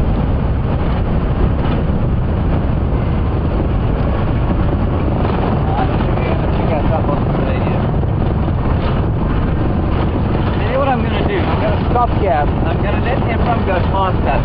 His radio is functioning a bit better, and I know he's got some guests with him who probably want to see those lions. So let's just stop. We've got a bit more time than they do. I'm going to stop here, let him go past, and get an update from him, and he can then tell us what's going on.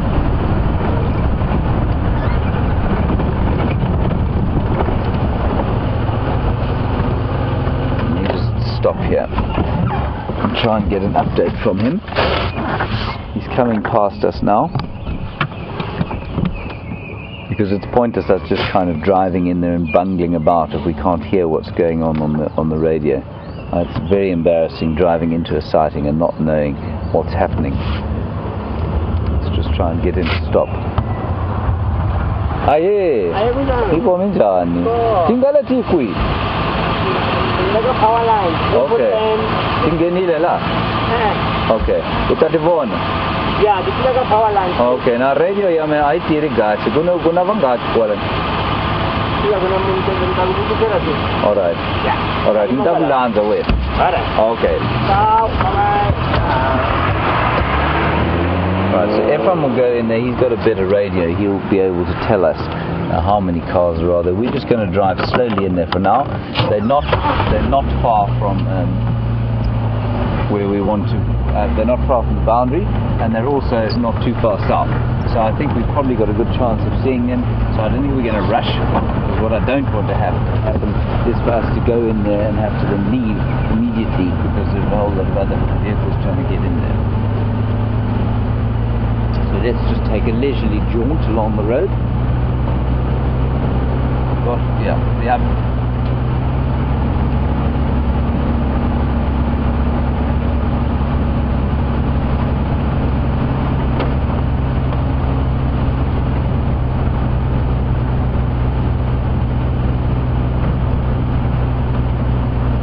So lots of comments on where Home James Don't Spare the Horses comes from.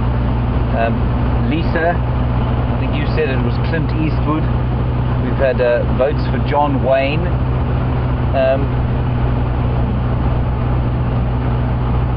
But I'm not convinced that those...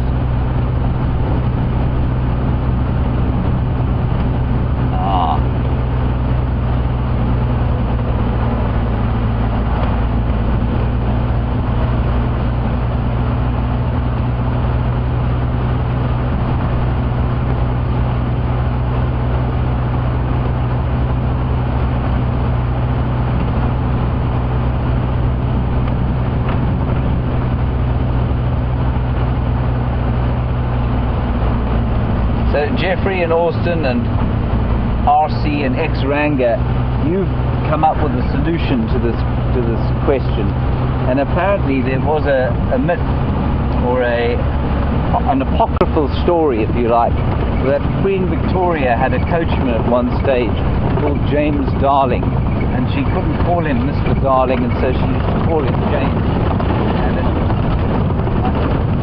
Sorry about the road. I thought it had an English origin, and apparently she used to then say, Home James, don't spare the horses. Apparently that is a myth though, and that coachmen since the 1600s in Britain had been called James because the aristocracy were too bone idle to learn their real names. So there it is, Home James, don't spare the horses. Quite nice to attribute to the great white queen, Victoria.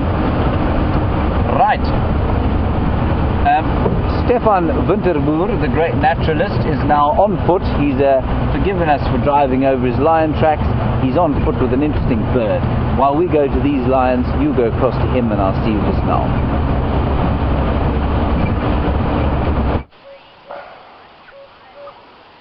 Well, good morning. It's been quite an epic morning for myself and Andrew. We're off here.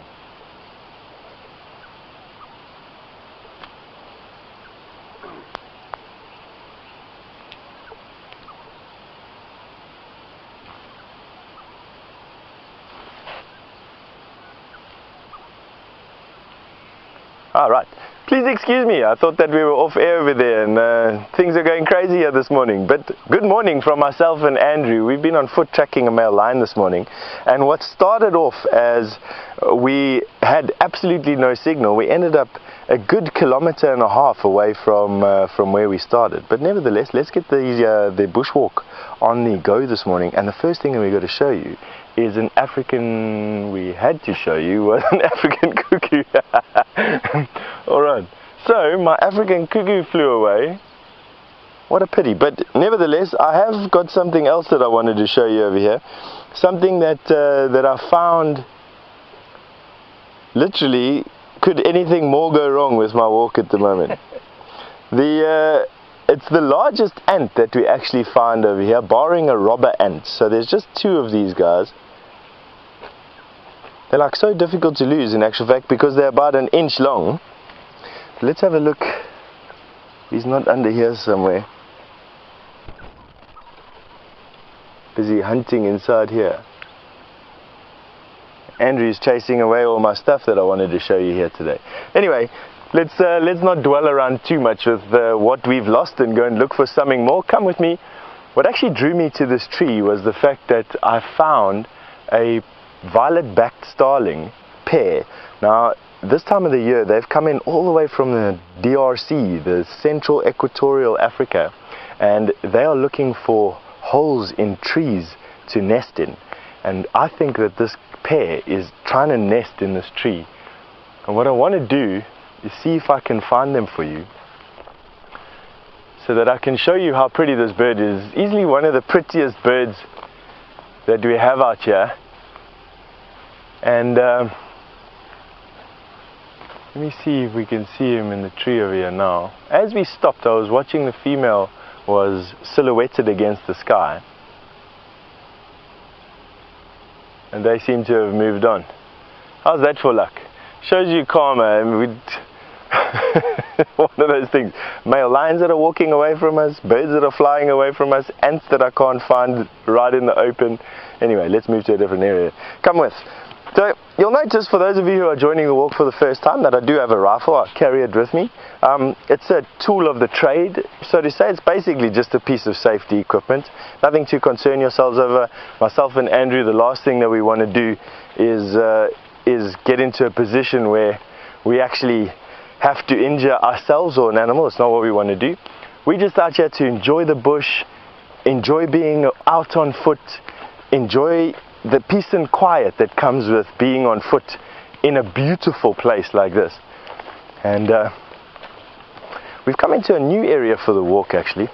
Oh yeah, we've got a road, and on the road is a hyena track. And I know that it's a hyena track because of the size difference between the front foot and the back foot. This is and also you can't really see from where you are, but the nails and the back of the pad definitely are not cat-like. When you have a cat, the back of the pad, you'll be able to put a grass blade on, and the track will be basically a perpendicular track. Dogs, cats, or dogs at least anyway, have a track that is slightly skewed to their direction of travel. So cat tracks, if you put a piece of grass on the back of the track, let me show you what I mean by using this track here. Let me just go fetch a piece of grass quickly. I'll come back into your shot now. So if you put a piece of grass on the back of the track, you can see there, you can see if I take another stick and put it in the direction of travel,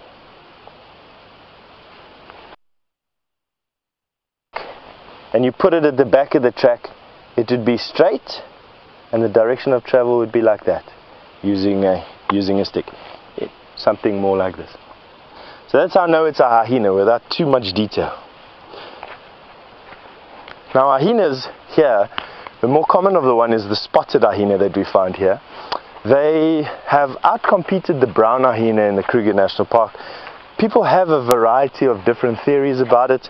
The more commonly held theory is that because of artificial dams and pans, brown hyena were outcompeted by spotted hyena, well, this brown hyena is an arid area specialist. So in arid areas where Kruger National Park used to put pans, now spotted hyena could come there. Spotted hyena outcompete brown hyena in those areas. Brown hyena had to move on and move to the mountains. They occur fairly close to here, just outside the reserve in actual fact. I'd say probably the closest brown hyena den that I know of is about 30 or 40 kilometers, 30 or 25 miles from here. And is an animal that has eluded me in an almost 20-year career. I've never seen a brown hyena, even though I've tried to work in areas even that have brown hyena present. So it is still one of those things that I have yet to see. I'm just going to move this branch out of the way. An elephant. Oh, here we go. There's a hippopotamus track.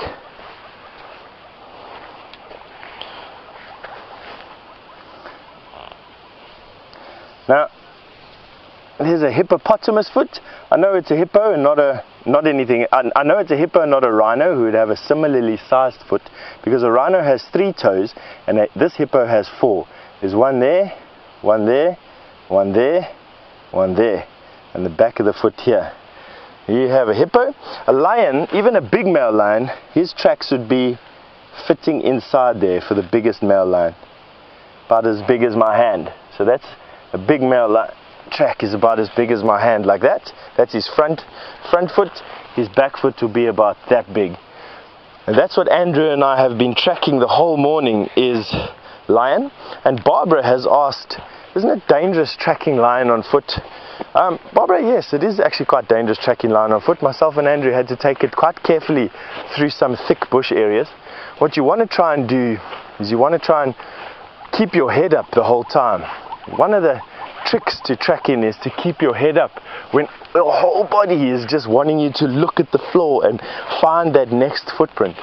You've got to keep your head up, and that'll allow you to scan the bush in front of you, look for places where tracks are most likely to be found. You walk there, you have a look at a track, and then you carry on. And that'll allow you also to see these animals that are lying up in shade and lying up underneath bushes. And hopefully allow you to avoid any potential issues. Now, I've been walking on this road a little bit. I just wanted to get into this area here. I think it's a good time for us to walk into the bush. That's exactly what we're here to do, and that's exactly what I feel like doing. This area is well known for its massive termite mounds. And termite mounds, apart from being little universes all of their own, actually attract a lot of animals. They have good species, or healthy species of grass that grow on them this time of the year. That obviously in turn attracts a lot of animals that eat grass, which in turn attracts the predators that eat those animals. And quite often you would have witnessed, for those of you who watch the show often, and I know a lot of you do, that quite often you find leopard lying on top of termite mounds. They're waiting there for animals to come and feed up onto the side of these termite mounds, onto the side of these what we call nutrient hotspots. That's what a termite mound actually is. And then they catch them.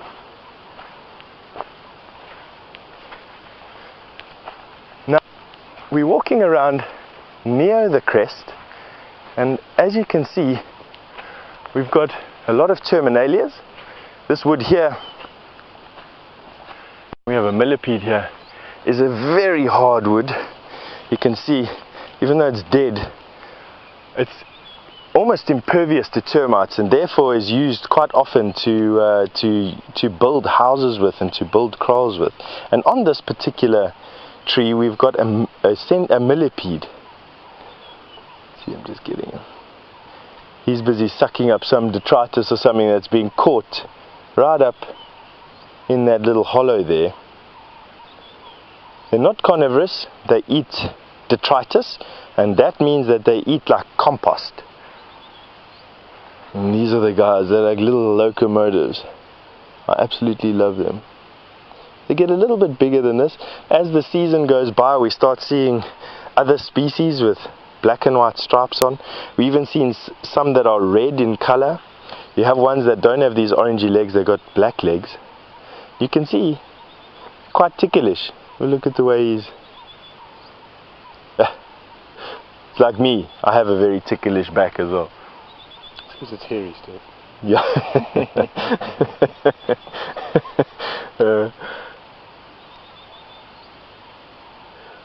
Now, something that I did the other day that was actually fascinating was show you how this insect sees the world around it, and it was quite an epiphany for me actually. This animal uses those antennae that you see at the end of his head to feel out and taste the area around them. Now what I've done is I've actually licked the end of this piece of grass. Oh, I've got a very persistent fly. Myself and Andrew are being plagued by them. And what we're going to do is try and get him to taste this. Have a look there. No, he's not wanting to play game today. Always decided that my brand of toothpaste is not conducive to. See how he's busy tasting with those antennae of his, moving his head in that direction. They are like his eyes. Look at that. Epic. And with that, he's busy tasting to see if there's anything there to eat. And have a look. He's zoned in his face. Antennae have gone right to his mouth so that his mouth can find what his antennae have. And I mean, to be honest with you, it's something that's actually incredible to think that they use an appendage like that to see and to generate a picture in their brains of the world around them, similar to how we use our eyes and our hands and our feet. Imagine if you could take your hand and you could feel here for something to eat. You know, using it, feeling all these crenellations there. I've got something quite soft. Is that something to eat? I'd have to be able to taste with my finger to actually see what's going on, and then to carry on going up here feeling, where am I going to find the next one, next morsel. I just find it fascinating, these things. Anyway, let's carry on going. So the next thing I want to go and head out towards is that fallen down tree there. They can sometimes be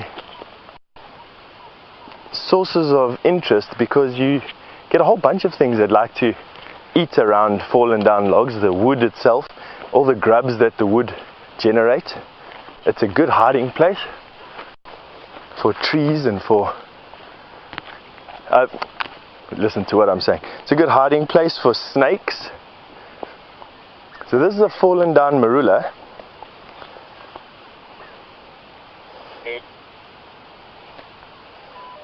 And there are lots of little hardy holes. Oh, rotten. Have a look at this. This is one so hard you couldn't stick your finger into it. And now I can push my finger into this wood. Which means that it's had a long time for all these insects that dig these holes to eat the wood. Not a lot of nutrition in wood, as you can imagine. And so what happens is you get lots of grubs living for long periods of time. Oh, here we got two different species of millipede here. Here's that zebra millipede I was telling you about.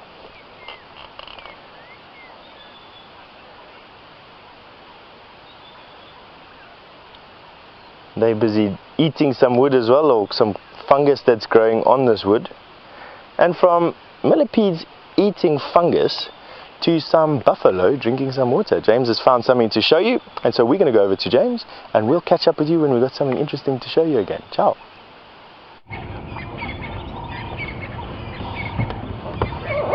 So, an interesting question from Sandra has precipitated you coming across to look at these buffalo drinking out of a puddle. And Sandra, you wanted to know if the animals take advantage of puddles so that they don't have to keep walking to water. There is your answer right there. Yes, they do. And that's often why the herds split up so much during the summer months when there's lots of water around. The herds will split up, elephants and buffalo, because there is so much water in these sort of temporary pans and puddles that we find throughout the bush. You can also see the oxpeckers that have been bathing in the puddle with their kind of buffalo hosts. Lovely sighting here. And they've pretty much denuded that puddle of water, and they're now going to carry on and eat. So definitely much more convenient for them than having to head off big distances to water, especially for these old bulls who don't need to move with the herd, and they will move as little as they possibly can. He's a magnificent old fellow, those chaps. Certainly the one on the road. I mean, he's got a huge boss. The boss is the helmet from which the horns kind of come out, and it protects the head when they're having a big fight. There's an enormous boss there.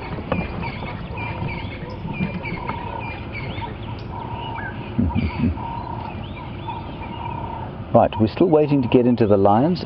The lions are not far from here. We're just waiting for a bit of a space. So let's go back to Steph. He's got some interesting things to show you, and I will hopefully see you next time with the lions.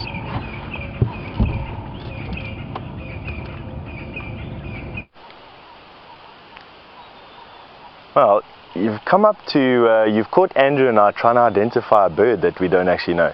And although it's going to be a monumental challenge to try and show you what we're experiencing at the moment, the gist of what we're trying to do is identify a tiny little bird making a funny clicking noise.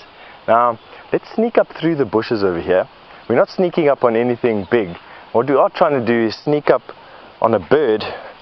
Before we do that, we've got some mating millipedes.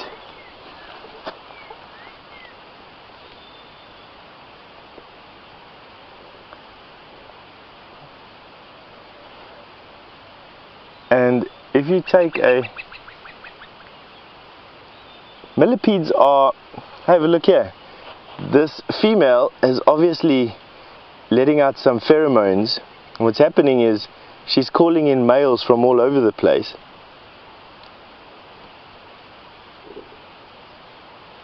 But this one's already spoken for. Now, millipedes are actually hermaphroditic.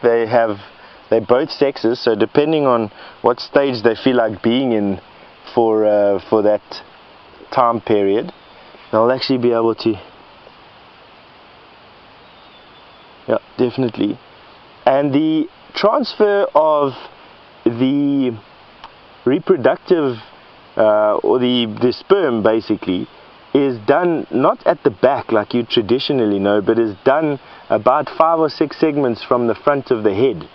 And that's why they are wrapped around each other at the front part of these millipedes and not at the back part. So if I can show you on this one, right there,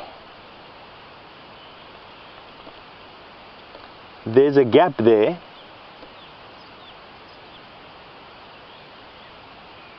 Oh, there's a gap there. I'm battling to show you here, but there's a gap right there, and that's where the opening is, the reproductive opening. Gonna put him back exactly where I found him. Carry on with his day. And so there, Millipede Biology 101. That bird in the meantime has managed to fly away, which, judging from the luck I've had over the last 10 minutes with birds, is not surprising. But it does leave Andrew and I free to carry on walking.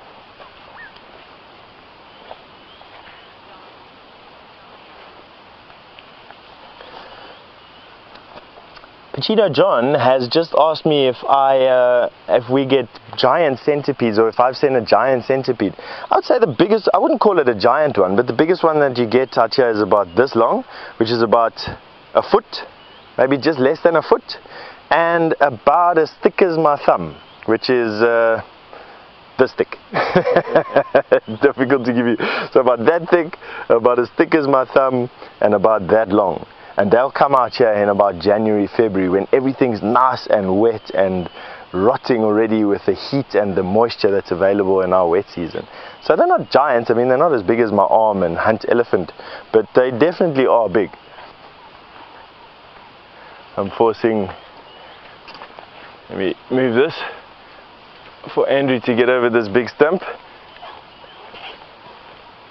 As you may have noticed, it's just the two of us on this walk, which makes it so special. It's quite an intimate experience going on a walk in the bush, and it's so fantastic to share it with you because it is a world first, and it's something that we're quite proud of, is this live walking safaris. Taken us many months to get right, but nevertheless. Now what I'm busy doing is walking to different termite mounds.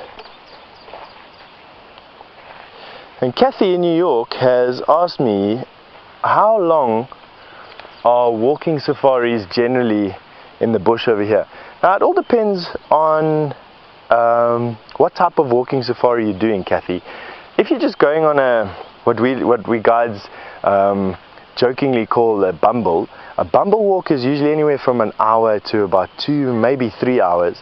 But you do get wilderness trails as well, where you can actually walk and sleep on the trail, walk and sleep on the trail in scenic areas or at specific locations that you want to go into. I've done both, and which one do I like the best? I suppose it all depends on where you are. I like them both equally. Bumbles are equally as fun as wilderness trails. They each have their downsides. For instance, bumbles have an ending after 3 hours or an hour, and wilderness trails can sometimes be quite difficult. They can be quite a challenge.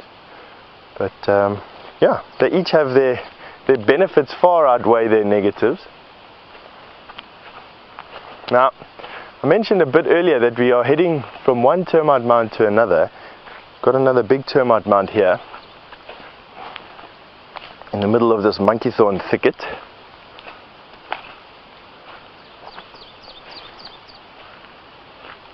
And you can see how these termites have really cleared this area over the dry season. Have a look at this. Only about 10% of this termite mound actually sticks out of the ground. Now let me go and give you an idea. Andrew is standing at the edge of the termite mound. I'm going to walk to the center of the termite mound. Give you an idea of how big this termite mound actually is. This is the middle of the termite mound. Where you standing is the end of the termite mound, and what you can actually see is only about 10% of the total size of this thing.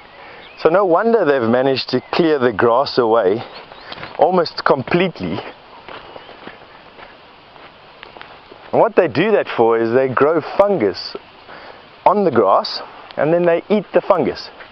And the termite mound is actually just one massive air conditioning unit or greenhouse.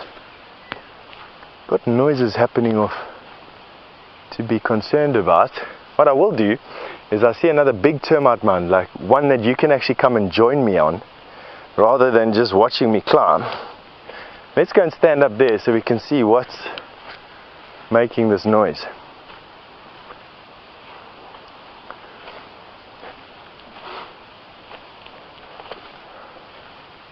Lots of elephant dung around, lots of good leafy trees to eat. Whoa, whoa, go.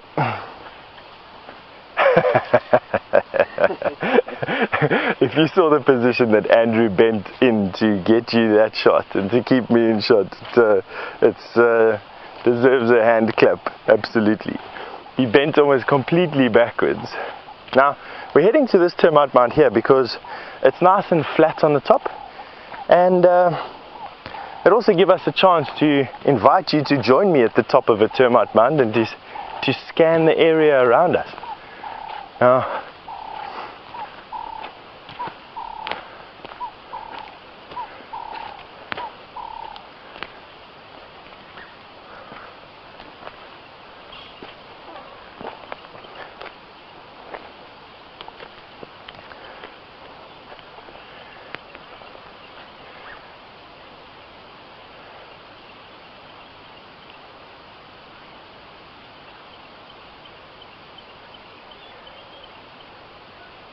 As you can see, because the terrain is fairly flat, we don't actually see too far, but it does give us a height advantage. And that it not only helps with being able to look at the bush, but it also helps with being able to hear and get a direction of where certain sounds are coming from. And that's basically what I wanted to do, was just take some time to listen to the bush and listen what that noise is that's coming from there. Now, I know that James is waiting to get into a lion sighting. And I also know that James has potentially mentioned that we were tracking some lions this morning. And Ramey has wanted to know if a male lion being injured would in any way change its behavior or its demeanor if we had to walk into it on foot. And yes, absolutely, Ramey. There's a few things that change lion behavior. One is being injured, as you quite rightly guessed. The second one is being protective of young or females in a male lion's case, and or females in a male lion's case. And another one is food.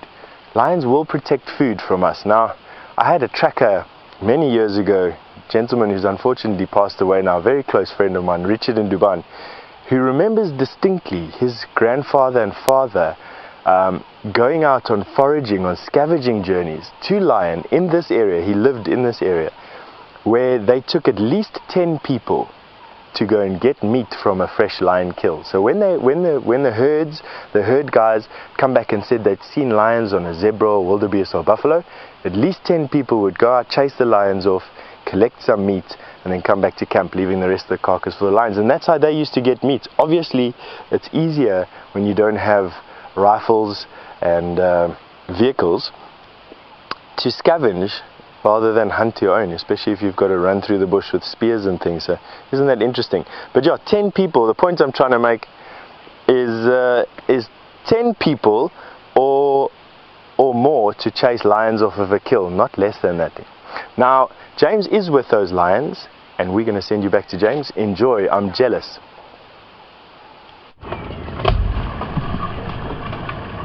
What a wonderful way for you to join us.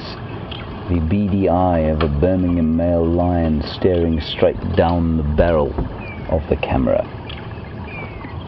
just before it goes to sleep. Now, these male lions, there are 4 of them here. 2 of them we can see, obviously. One lying in a position that can only be described as ungraceful, and the other just in front of him. And then the others, there's another 2 sort of in the bush off to the side, and you can't really see them. Have you got them there, Brian? You can just kind of see tawny hair in the bushes. Now, they will probably lie here, I suspect, for much of the rest of the day. And I think this is where they were calling from last night, when we heard them shouting as the sun set yesterday evening after those magnificent storms of rain. I think this is precisely where they were. Maybe a little bit, maybe slightly further to the east of where they are now, but they certainly haven't moved a great deal. They look well fed, they look very healthy, and I'm just sad that they won't, I don't think they're even going to lift their heads while we're sitting here.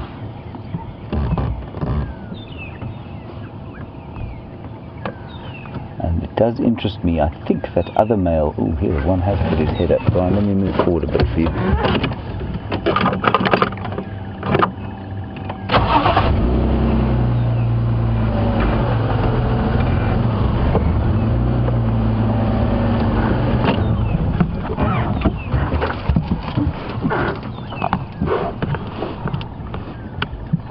I'm just going to quickly talk on the radio.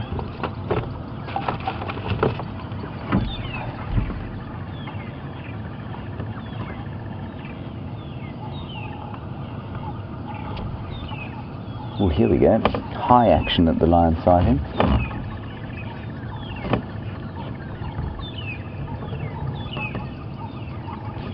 Lions, of course, do a great deal with not much, but it is so impressive to see a large male lion sitting up and standing, because their size is so vast. So that chap there, that you can see just sort of the back of him there, his magnificent head that comes through the bush. He's having a bit of a graze on the grass, which is is not unusual, totally like domestic animal. It sometimes eats grass to line the stomach if they're not feeling so well, or just sometimes to just line the stomach if they're perhaps needing to be a bit more regular than they are.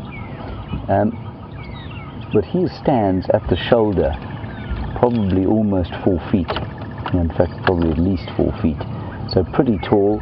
And they weigh, like I say, when these guys are fully grown, they're not fully grown yet, you know, at full mass, these fellows will weigh probably 440 pounds.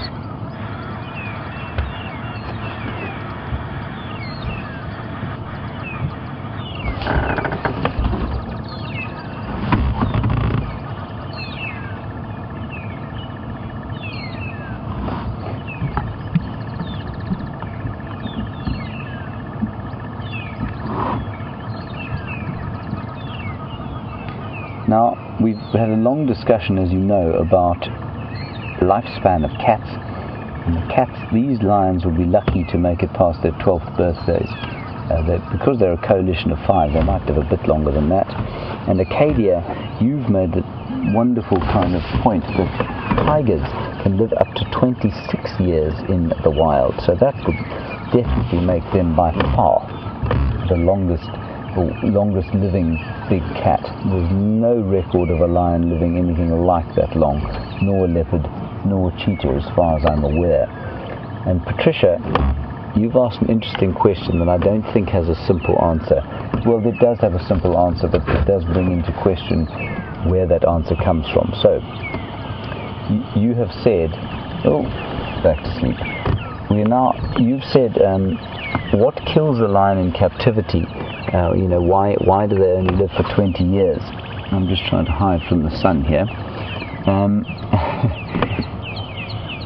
What kills a lion in captivity if in the absence of other predators? And the simple answer is old age. That is what kills them. Well, what is old age? And a lot of people don't realize this, but in basic terms, what happens is that when your cells replicate each other, and I don't know how much biology you remember, but within your cell, in very simple strokes, you've got long strands of DNA, and for your cell to copy, those DNA, or strands of DNA must be copied, and your body makes slight errors when it copies the DNA, and especially on the ends. The ends of the strands tend to have errors more than the middle. Now, as those errors multiply, so the effects on your ability to be as young and frivolous as you once were, so that ability disappears.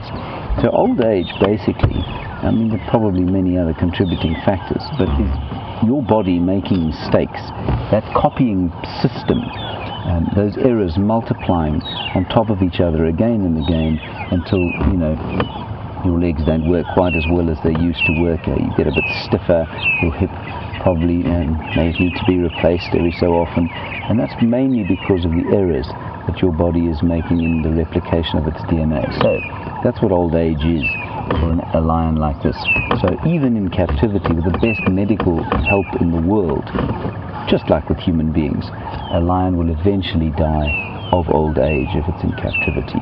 And their lifespan, remember also that none of these animals out here, or very few of them, the elephants being the notable exception, and the buffalo, are able to live beyond breeding age. They're simply not designed to do it. There's no evolutionary reason for a lion that is beyond breeding age to survive in the wild, just kind of using up resources if it's not going to be leaving offspring. So these lions, once they get beyond a certain point, so unlike a human being, say a human female who will go into menopause, what roughly, when is it, 45 to 50, without medical help, you know, all things being equal. A lion, as soon as they stop breeding, when they get beyond that breeding age, they decline very rapidly indeed, very fast, and same with a lioness. And so even in captivity that will be the case. They will very quickly get old and die if they can't breed anymore. I hope that answers your question, Patricia. You can spend a little bit more time with these lions. I know that it's not particularly exciting to have them lying about here, but it is nice to see them.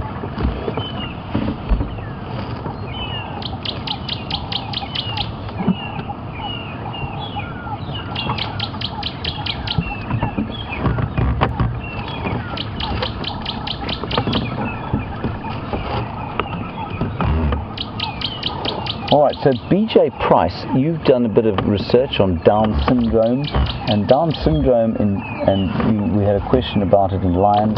Down syndrome occurs on the 21st chromosome in human beings apparently, and lions only have 19 chromosomes. I don't think, BJ, that necessarily means that it couldn't happen on another chromosome in lions, you know, something similar, but yeah, so it does happen apparently with a misreplication on the 20, I think it's an extra 21st chromosome, if I'm not mistaken, with human beings.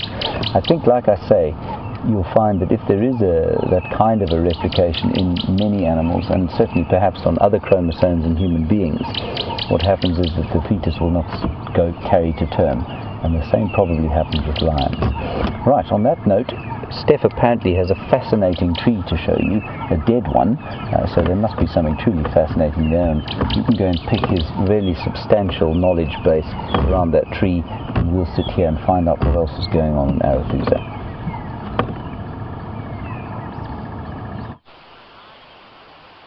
Every once in a while you get offered a little bit of insight into something that at first glance seems quite trivial, but as soon as you have a look at it a little bit closer, you realize that it's anything but. And this, what I'm sitting on right here, is one of those things. This is very obviously a dead tree, a tree that was pushed over by elephants or whatever the case may be, and was lying on the ground. This is a live tree. And what's happened is this tree has just by chance germinated in the fork of the dead tree, probably due to the fact that a bird sat on the branch and dropped a seed. And as the tree's grown up, it happened to just get big enough to catch the dead stump, and is now in the process of lifting the stump up into the air. Now if we take a step back here, you'll see what I mean. There is absolutely no way that this stump could have fallen over this, and this apple leaf is way too big already. It's many years for it not to have picked up this stump. I mean, it's just an absolutely fascinating story here. I know it doesn't look like much at first glance, but what you've got here is you've got a live tree that's picked up a dead tree and is busy carrying it back into the air again.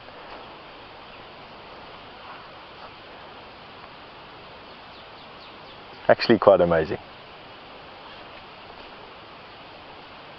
Hope you're enjoying those Birmingham boys. I'm quite jealous that you're getting to see them. Myself and James heard that they were roaring last night. We could hear them. We were making a phone call on an open area right next to the DRC where we stay, and we wondered if they were going to come in this morning, and myself and Andrew were very excited when we found those lion tracks this morning, and even more excited when we heard that they were lying just across the Arethusa boundary, and that James was on his way to show you them.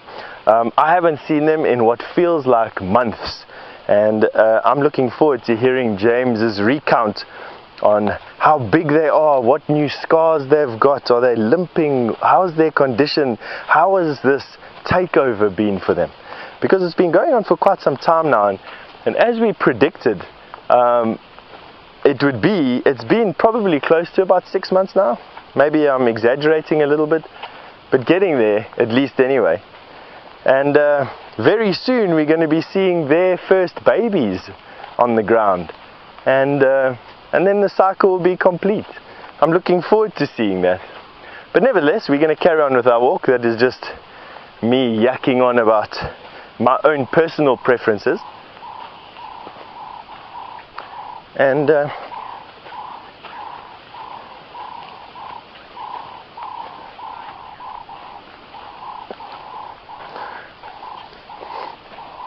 Stephen, Steve in California must be looking at the sweat beading off of my brow from this morning's activities, and has asked me how much water do we have to consume versus other animals in the bush. Now Steve, that's a good question, and actually not as easy to answer as what you'd think it is, because we are the world's most capable endurance athletes, and over the biggest temperature range as well. And so therefore we need less water than other animals do over a bigger distance, but on a per day basis we actually need to drink a lot more than some other animals. So to give you an example, an elephant weighing 6 tons will drink 200 liters of water a day and eat a lot of green vegetation, which will also give him a lot of water. So I don't know what amount of water they get from that vegetation, but it's a lot of water on top of the 200 liters that they drink a day. Then you have your ruminants, things like impala and wildebeest, who have a digestive system that is geared to taking water out of the food that they eat, and they have to drink much less. In some cases, ruminants like steenbok and gemsbok or oryx don't even need to drink. Their digestive systems are so good they don't even need to drink. Me, on the other hand, out here at the temperatures that we get here, we evaporate 2 liters of water a day just by breathing and by moving normally. And generally speaking, we are drinking between, not always, some days beer and whiskey definitely substitutes the water I'm supposed to have, but we should be drinking about 4 liters of water a day. So I weigh 80 kilograms, 160 pounds, and I need to drink about 4 liters of water a day here to keep me concentrating normally and to keep me functioning and not dehydrated. Now, I hope that answers your question. I didn't give you a definitive answer there, but at least it'll help you figure out an answer all for yourself. Now we've come down here because A, I want to see what it looks like. I haven't been here in months. And B, it's always quite an interesting area. There's always things happening around this place. Now, this is a tamboti tree just growing basically on its own. And tamboti trees are good for wood carving. Their wood is used in expensive jewelry carving. And what's immediately apparent for me on this particular piece of wood is the fact that I'm noticing borer beetle holes. Now, tamboti trees are actually toxic. Their sap is poisonous, their wood is poisonous, to the degree that even making fire with this wood will make a person like you and me sick. And yet, there's an insect that is boring into this, the larvae, which is eating the wood. And I do not know what that is. It's actually going to be very interesting for me to go home today and find out what beetles actually have larvae that can eat tamboti wood. Not only is it incredibly hard, but it is also toxic. And so me looking at this piece of wood, it's just been like a wow moment. Like, what is going on over here? You can see definitely an insect boring into that wood. Is busy. It's gone right in there. I mean, I'm not going to go and dig it open. It'll take me forever. This wood is incredibly hard. You can see my knife barely even scratches the surface, and this is just the outside bark. I haven't even gotten to the heartwood yet. But it's a lovely wood to use in wood carvings, in inlays. It's got very fine grained texture. Nothing here that I can show you. It's very hard. Let me show you the grainy texture. So the easiest way to actually show you how fine grained this wood is to take a knife and to shave away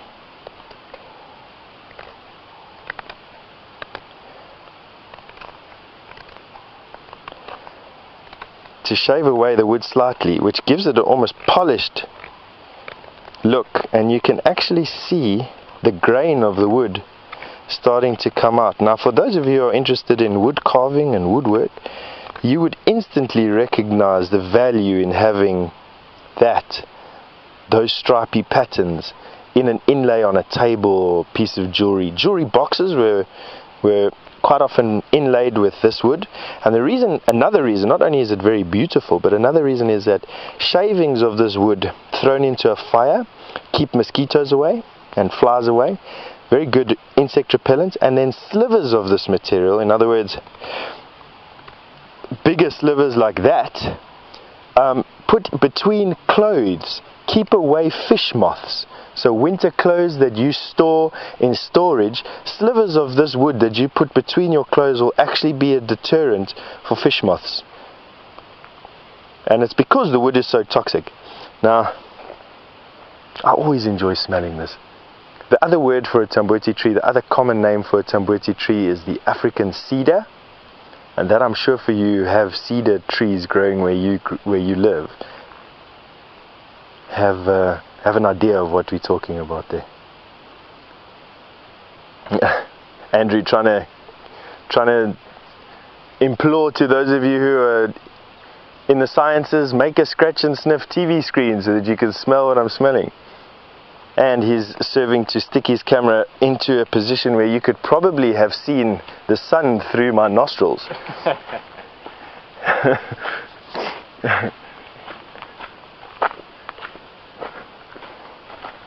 Now let's carry on.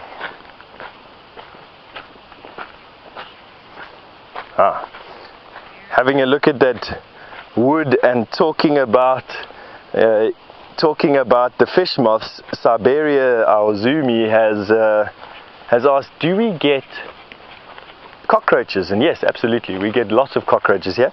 We get even hard-shelled cockroaches. But before I finish answering that, I'm going to be setting a challenge here. We're going to go into the open. You're running quickly because it is a lilac-breasted roller that's going to roll for us. Come here, Andrew. Now, we're going to watch that bird quite carefully, and with the luck we've been having today, there's a good chance that that bird just flies away and never comes back. But let's see what he does.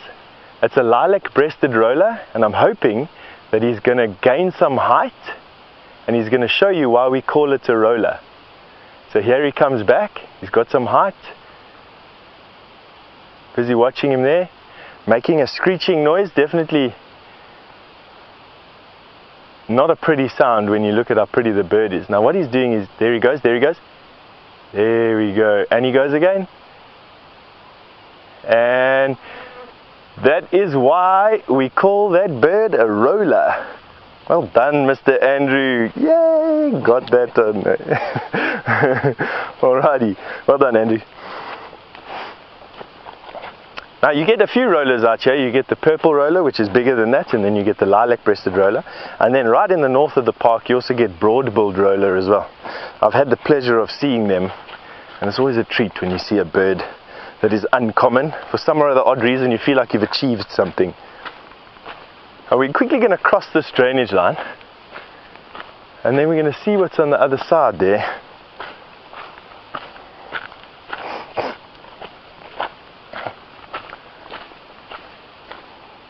Oh, here we have the first hibiscus. Now, for those of you who garden, this isn't a spectacular flower because you're used to it.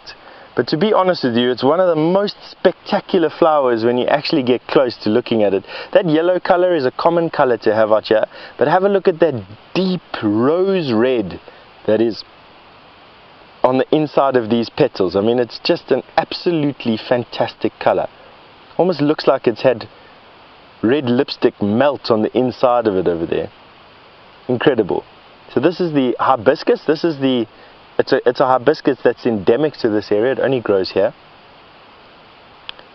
And although not as showy as the tropical hibiscuses that you can now cultivate in your garden, is a pleasure to behold here.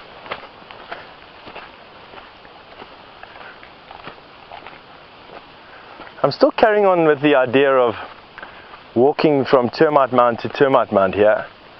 I enjoy it. We haven't seen anything. Andrew and I have been waiting to see if we're going to get some mammals here, but haven't even heard anything here. Not a zebra, not a wildebeest, Not even an impala. Nonetheless, we're going to keep on trying.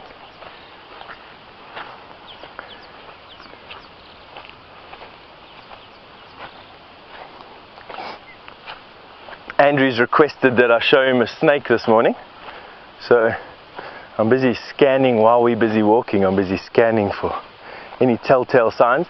Having been quite a cold day yesterday and quite a cold night last night with the rain that we've been having, it's not an unusual it wouldn't be unusual to expect the fact that some snakes would be lying out in the open, just getting warm again, trying to increase their body temperature to a point where they can carry on to metabolize the food that they need to, or whatever they've got in their belly, or whatever fat reserves that they've got. So it's not an unusual request. A bit earlier we were asked how big millipedes can get, and this is a big one. I won't take him out, but you can have a look. I mean, he's almost as thick as my thumb. You do get them a bit thicker, and obviously about as long as my hand. So that's not quite a giant millipede, but definitely one of the bigger ones that we found out here. I wasn't going to stick my hand too deep into that cavity there. That is exactly where you can expect to find puff adders and things.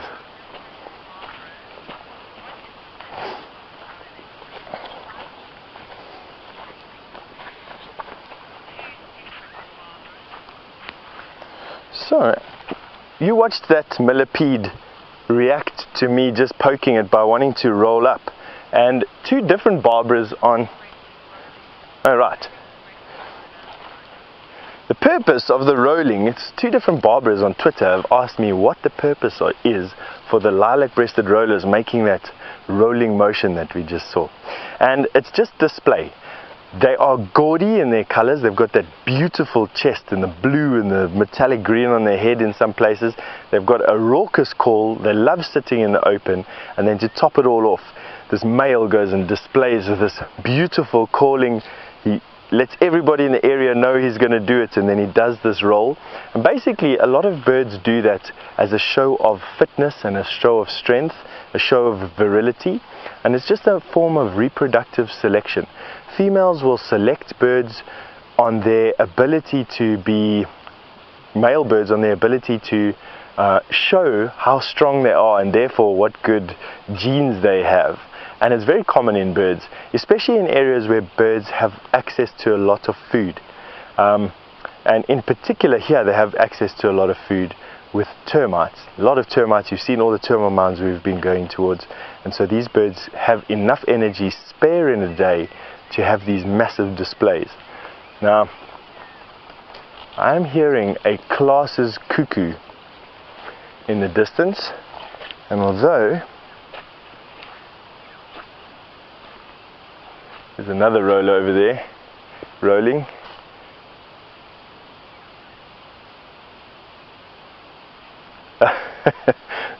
you get him? And there you just got the tail end of another roll over there. So now you've watched two different kinds. You've watched that one where they dive with their wings open, and then now you've just watched as they get down to the ground, they start rocking from back to forth, boom, boom, boom, boom, down to their perch. Nice. Now back to classes cuckoo. And we're going to go and try and find this classes cuckoo that is calling. It is a phenomenally pretty bird, making a noise, and I'm hoping that we can get to show it you. It's a cuckoo that has emerald iridescent green feathers on it, and well worth us trying to find. I'm hearing it calling from there.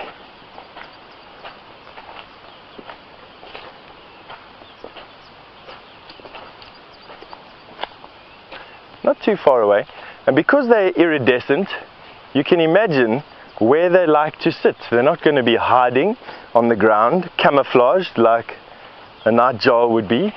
they are going to be sitting in the open, in the sun, where their feathers can glitter. And that is exactly what I'm hoping that I can show you, is this absolutely beautiful green and white bird. Whew, the fly flew up my nose, terrible.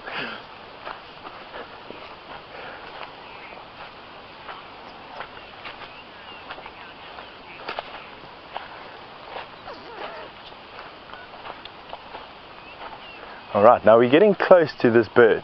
Now what I'm going to start looking for is a tall tree that offers this bird the chance to display. Now let's go forward a little bit. I think I see him. No, it is a hornbill, but he may have a Klaas's cuckoo next to him. Sounded like he was coming from that tree. Can you see there, Andrew? That far knobthorn there. Definitely a hornbill.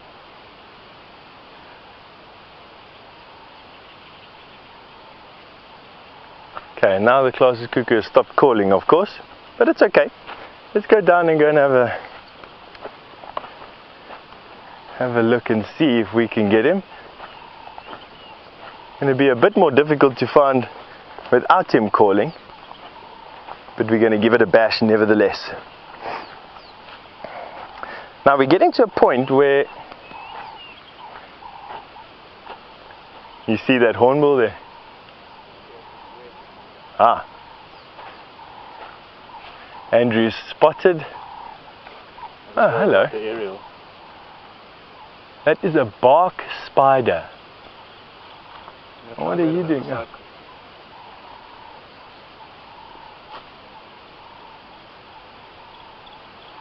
It's an orb web spider. Andrew has just made his way around and is taking you around the tree so that he doesn't break this web. The spider is right there, looking like a piece of detritus, so that he can camouflage himself, and is quite high up. Ooh, managed to catch myself on his web. Now what I've gone and done is caught myself up in his web, exactly what we didn't want to go and do. I'm sorry, big guy. Now he just would have gotten out of the way. He would have realized that I was a little bit too big to catch, and he just would have gotten himself out of the way. But as you can see from that very cryptically designed body, that he relies on camouflage. Now what will happen is he'll come straight down to the web and very quickly possibly even start to repair it. No, he's just come down to the middle. She actually has just come down to the middle, not he, and now has control of the web again, in which case is able to detect movement on any of the strands around the web. Beautiful. Now that Klaas's cuckoo has actually flown away, but what we are going to do is take a loop. Those rollers are going crazy, and I think what they're doing is they are fighting over a prime nesting site. Now, holes in trees, I think I've mentioned it once or twice before, are like prime real estate. They really are hotly contested, and I think what's happening here is we're seeing some rollers busy giving a display for each other or for a female. What I want to do is get into that area so that we can potentially share that with you. The Klaas's cuckoo that we've been following seems to be moving ahead of us,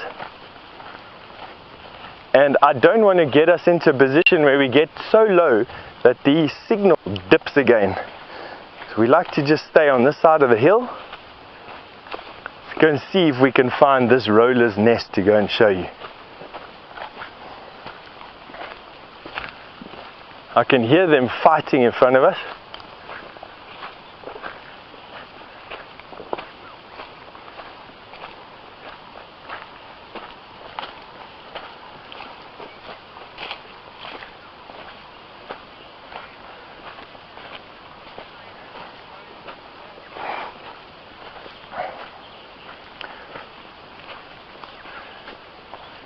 Quite an interesting question coming through while I've been walking here, Emily. You've asked me how many times will rollers roll in a display. I've seen them do it 5 or 6 times, but usually it's only around about 2 or 3 times that they roll. But it all depends on how energetic the male is feeling. Okay, that was just Andrew doing his best to impersonate an elephant. Alright, let's see here. What have we got here? Ah, there we have a spotted cuckoo. And he was just busy parasitizing a nest. And that's actually very, very interesting.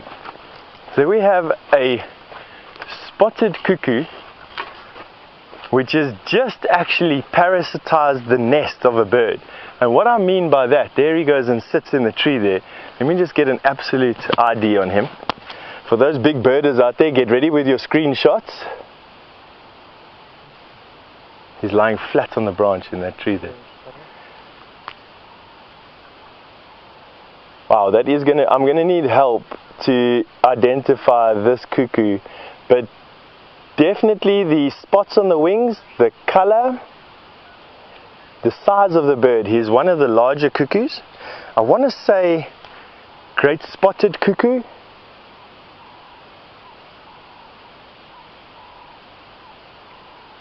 Now what I mean by parasitize is that cuckoos don't bring up their own babies. They allow other birds to bring up their babies.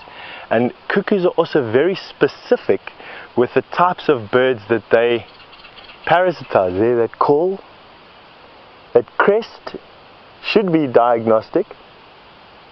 It's definitely not a Jacobin cuckoo. That's the other cuckoo that has a crest. It's way too big for a Jacobin cuckoo. Has a creamy yellowish throat and breast. With those spots on the wings, I think is going to help you get an identification, or help me at least to get an identification. For those of you who are quick on the draw and can help us with the ID of this bird, you're welcome to send your answers through to the hashtag Safari Live on Twitter, or email the questions through to questions@WildEarth, or email the answer at least to questions@wildearth.tv, and see if we can get an answer to that cuckoo. In the meantime, we're going to carry on looking for these 2 rollers that are displaying at one another, and as soon as we get the answer, I'll let everyone know what cuckoo that was.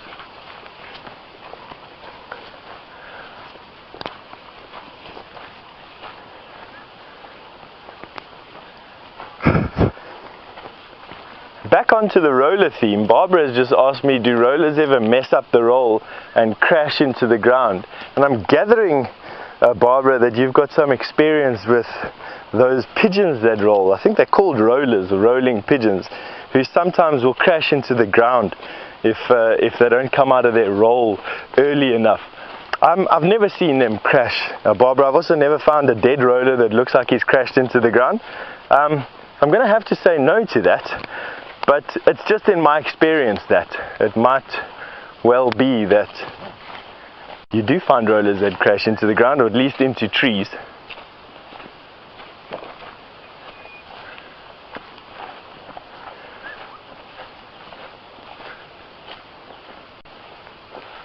Okay, so we're getting this nesting tree now.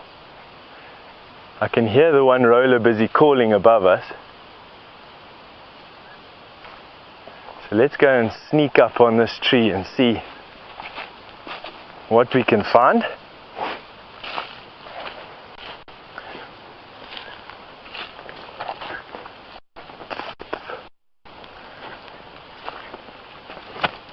Oh, stepped in a hole there. Not looking where I'm walking.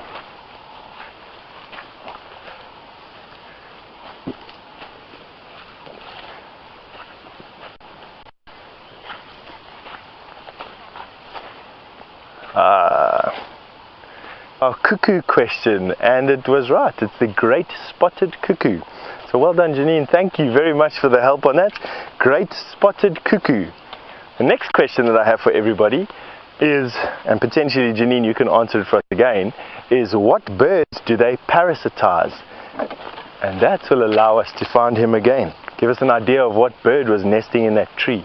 So what bird does birds do the great spotted cuckoo parasitize? Now,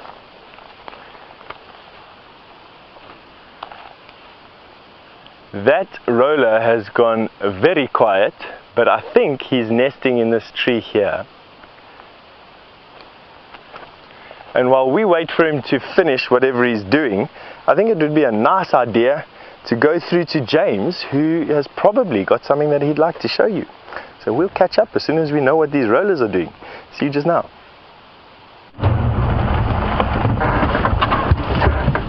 Now I'm going to test severely Brian's skills here.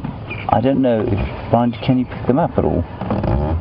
There's a cloud of flying termites. Yeah. You see them there? There you can see them, everybody. And some people might find this kind of awful, but I just really love this time of year. After the first big storm and these flying termites come out, it's the culmination of their existence, of their mound. Their colony has finally released, a bit like a Deb's ball, I suppose, if you're a human being, or some such ridiculousness. This is when the royals put on their wings, open them out, and the rest of the mound comes. I'll try and find a mound where it's actually happening. The soldiers and the workers come and they open up an entrance, and there these flying termites take away the hopes, dreams and genetics, of course, of the king and queen of that particular mound, and each of them can potentially be another king or queen of a new mound. And I just find that so exciting, that every single one of these termites that you can see in great swarms all over the place could be royal and could start another mound. These are not the fungus growing termites. They're flying all overhead. I think they're harvested termites, so they don't make the big mounds, but they certainly could become the royals of a new colony. Most of them will end up in the gullet of some kind of predator, frog, bird, something like that. But I just think it's one of my favorite things to see out here.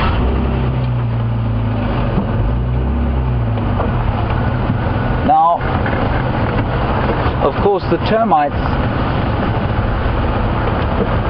don't always stay this size. The females get a lot bigger. And Anna-Marie, you want to know, what do they weigh? I mean, there are lots of different species of termites, of course, so it's very difficult to say what they weigh. In the big mounds, the fungus-growing termite mounds, she's about that big. I don't think she'd weigh much more than, say, 100 grams, which is in power. Now you're severely testing my ability to go into imperial. I don't know how many ounces 100 pounds is, but it's a tenth of a kilogram. Sorry, 100 grams, a tenth of a gram, so it would be, I'm not even going to attempt to work it out for you. So 100 grams, I'm sure you could figure out what that is in ounces. You know how many ounces? There we go, about 300 ounces. How do you work that out? 28 grams to the ounce. Okay, thank you, Brian. 28 grams to the ounce. So there you go. Just over 3 ounces. They're not very heavy, but she's quite big. I mean, she's a half a foot long. I don't know what the queen of those harvested termites looks like. I think she's probably a bit smaller, probably about that big. But very definitely with a hugely swollen abdomen, making eggs and eggs and eggs and eggs all day long. Woo.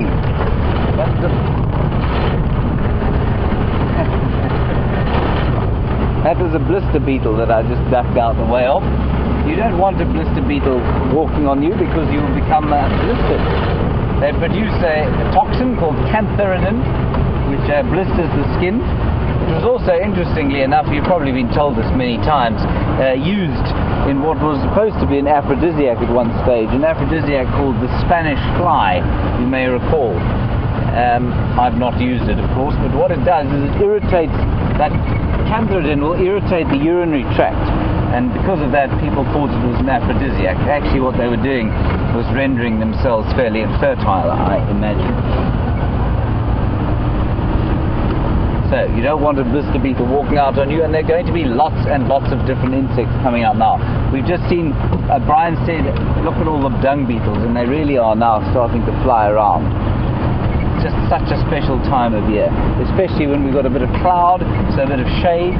We're not cooking quite as we would normally. There is Uncle Steph's vehicle.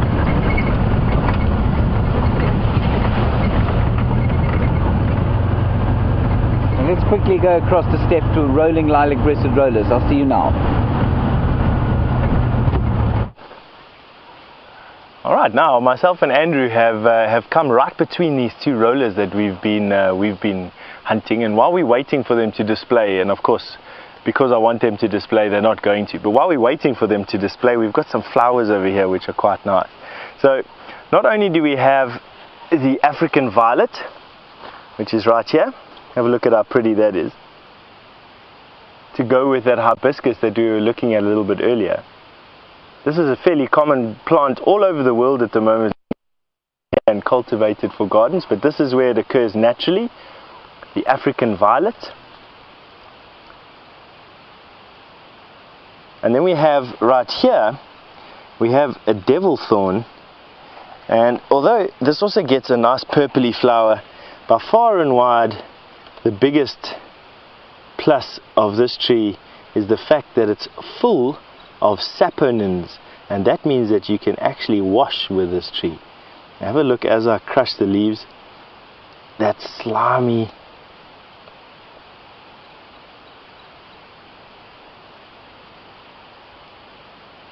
you can see there the sliminess that comes out. Hold it there, I'm just going to fetch some water out of my backpack.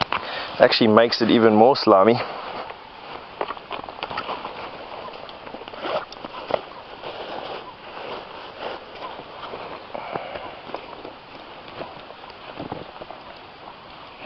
We've got visitors.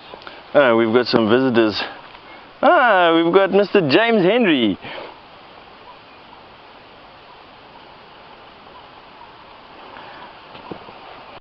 He's right there on walk. Hello. Hello. Hello everybody. Andrew, you're filming Steph today. Brian is filming perfectly filmable. So James is just passing over this again. While we're at it, while James is here, I just want to show you these saponins. Now I've mixed a little bit of water into this devil thorn, and you'll notice, have a look at all that. So not only does it make a fantastic shampoo and a soap, it can also be used to cure chafe when you're on a walk, something that Andrew suffers from immensely as a punishment for him running away. Bye bye.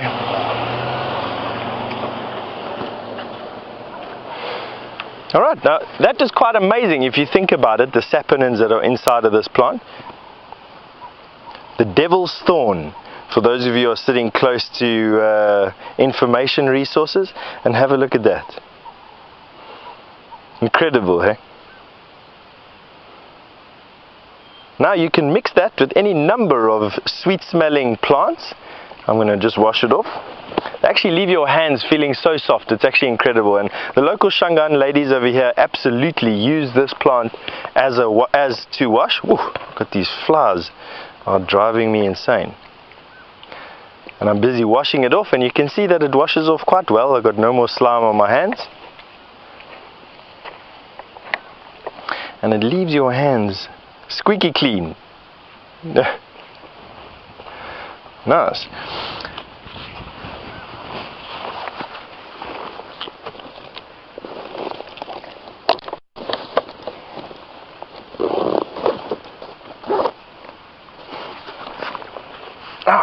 And we've got some answers from John and Diane, who've managed to get it right for our cuckoo quiz. So that great spotted cuckoo that we managed to film there was parasitizing more than likely a starling's nest, and more than likely it would have parasitized the Burchell's starling's nest. So the biggest cuckoo in the area would have parasitized the largest starling that we have in the area, or the Burchell's starling. Isn't that fantastic? So I just want to say thank you to those of you who decided to participate in that quiz. It was actually quite nice. Learning curve for myself and for Andrew, believe it or not. You know, these things, you always get them in the beginning of the year. You know things, winter comes along and then you forget. But for myself and Andrew, that brings us to the end of our walk today. We've had a fantastic day.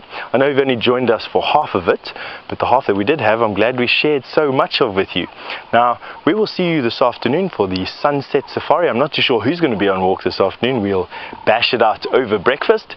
But in any case, I'd like to say goodbye. Thank you very much. See you later. And there is Tara's favourite animal, the warthog. Now, for those of you who haven't seen Tara, she doesn't look like a warthog at all, but these are her favourite animals, and they so seldom are this confiding with us. They so often just disappear into the bush at high speed with their little tails sticking up. And that's this sort of youngster, and then there's another adult off just to the side. We're not far from where Steph was, or is. There. Now the adults become aware of us. So let's just sit and see. We don't have long left. We've only got a few minutes left of what has been, to me, a wonderful drive. So let's just spend the last few minutes with these. Oh, there's a whole lot of them. Look at that. Oh, no, very terrified now. Off they go. Isn't that sweet? Just behind the termite mound. One of them's waiting. Let's go, we'll see if we can get a little bit closer. I think they'll run away from us. There's an impala around as well. I don't know why warthogs are so terrified of us here. You know, they'll become almost like pets. In some places they'll come onto the lawns of the lodges and they live completely happily with people. We'll just move slowly down here. Just to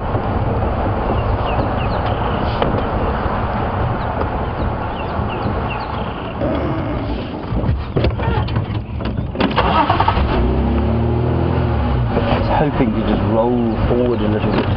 There we can get a last view of them before they may disappear.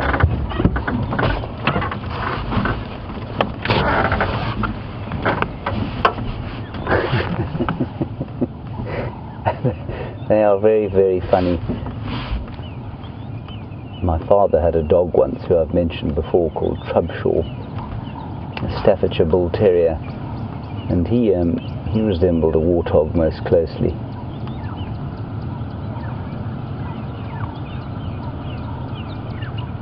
He definitely ate enough to be a warthog. Right, Russell in California, you wanted to know what ahe means. When I see people and I go ahe, it's basically like saying, what would you say in California? I don't know. Out here you might just say hi, hi. Or, how's it, which means how's it going, how's it going. That's basically what it means, and that's why it's kind of a shortening of the Shangaan greeting. So formally you would say avshen, which means good morning, and then somebody else would say ahe. But you can just shout ahe across the bush, and it's a wonderful way to say hello. Right, we've reached the end of the show. Big thank you to Brian. Thank you, James. Have a lovely leave, Brian. Thank you. To Tara, of course. Louise is leaving us. She's going off to Johannesburg again. Thanks, Jerry. Thank you to Steph. And to Andrew, also going on leave. You could see how excited he was. We'll see you this afternoon at 4 o'clock. Until then, stay safe and happy. Bye-bye.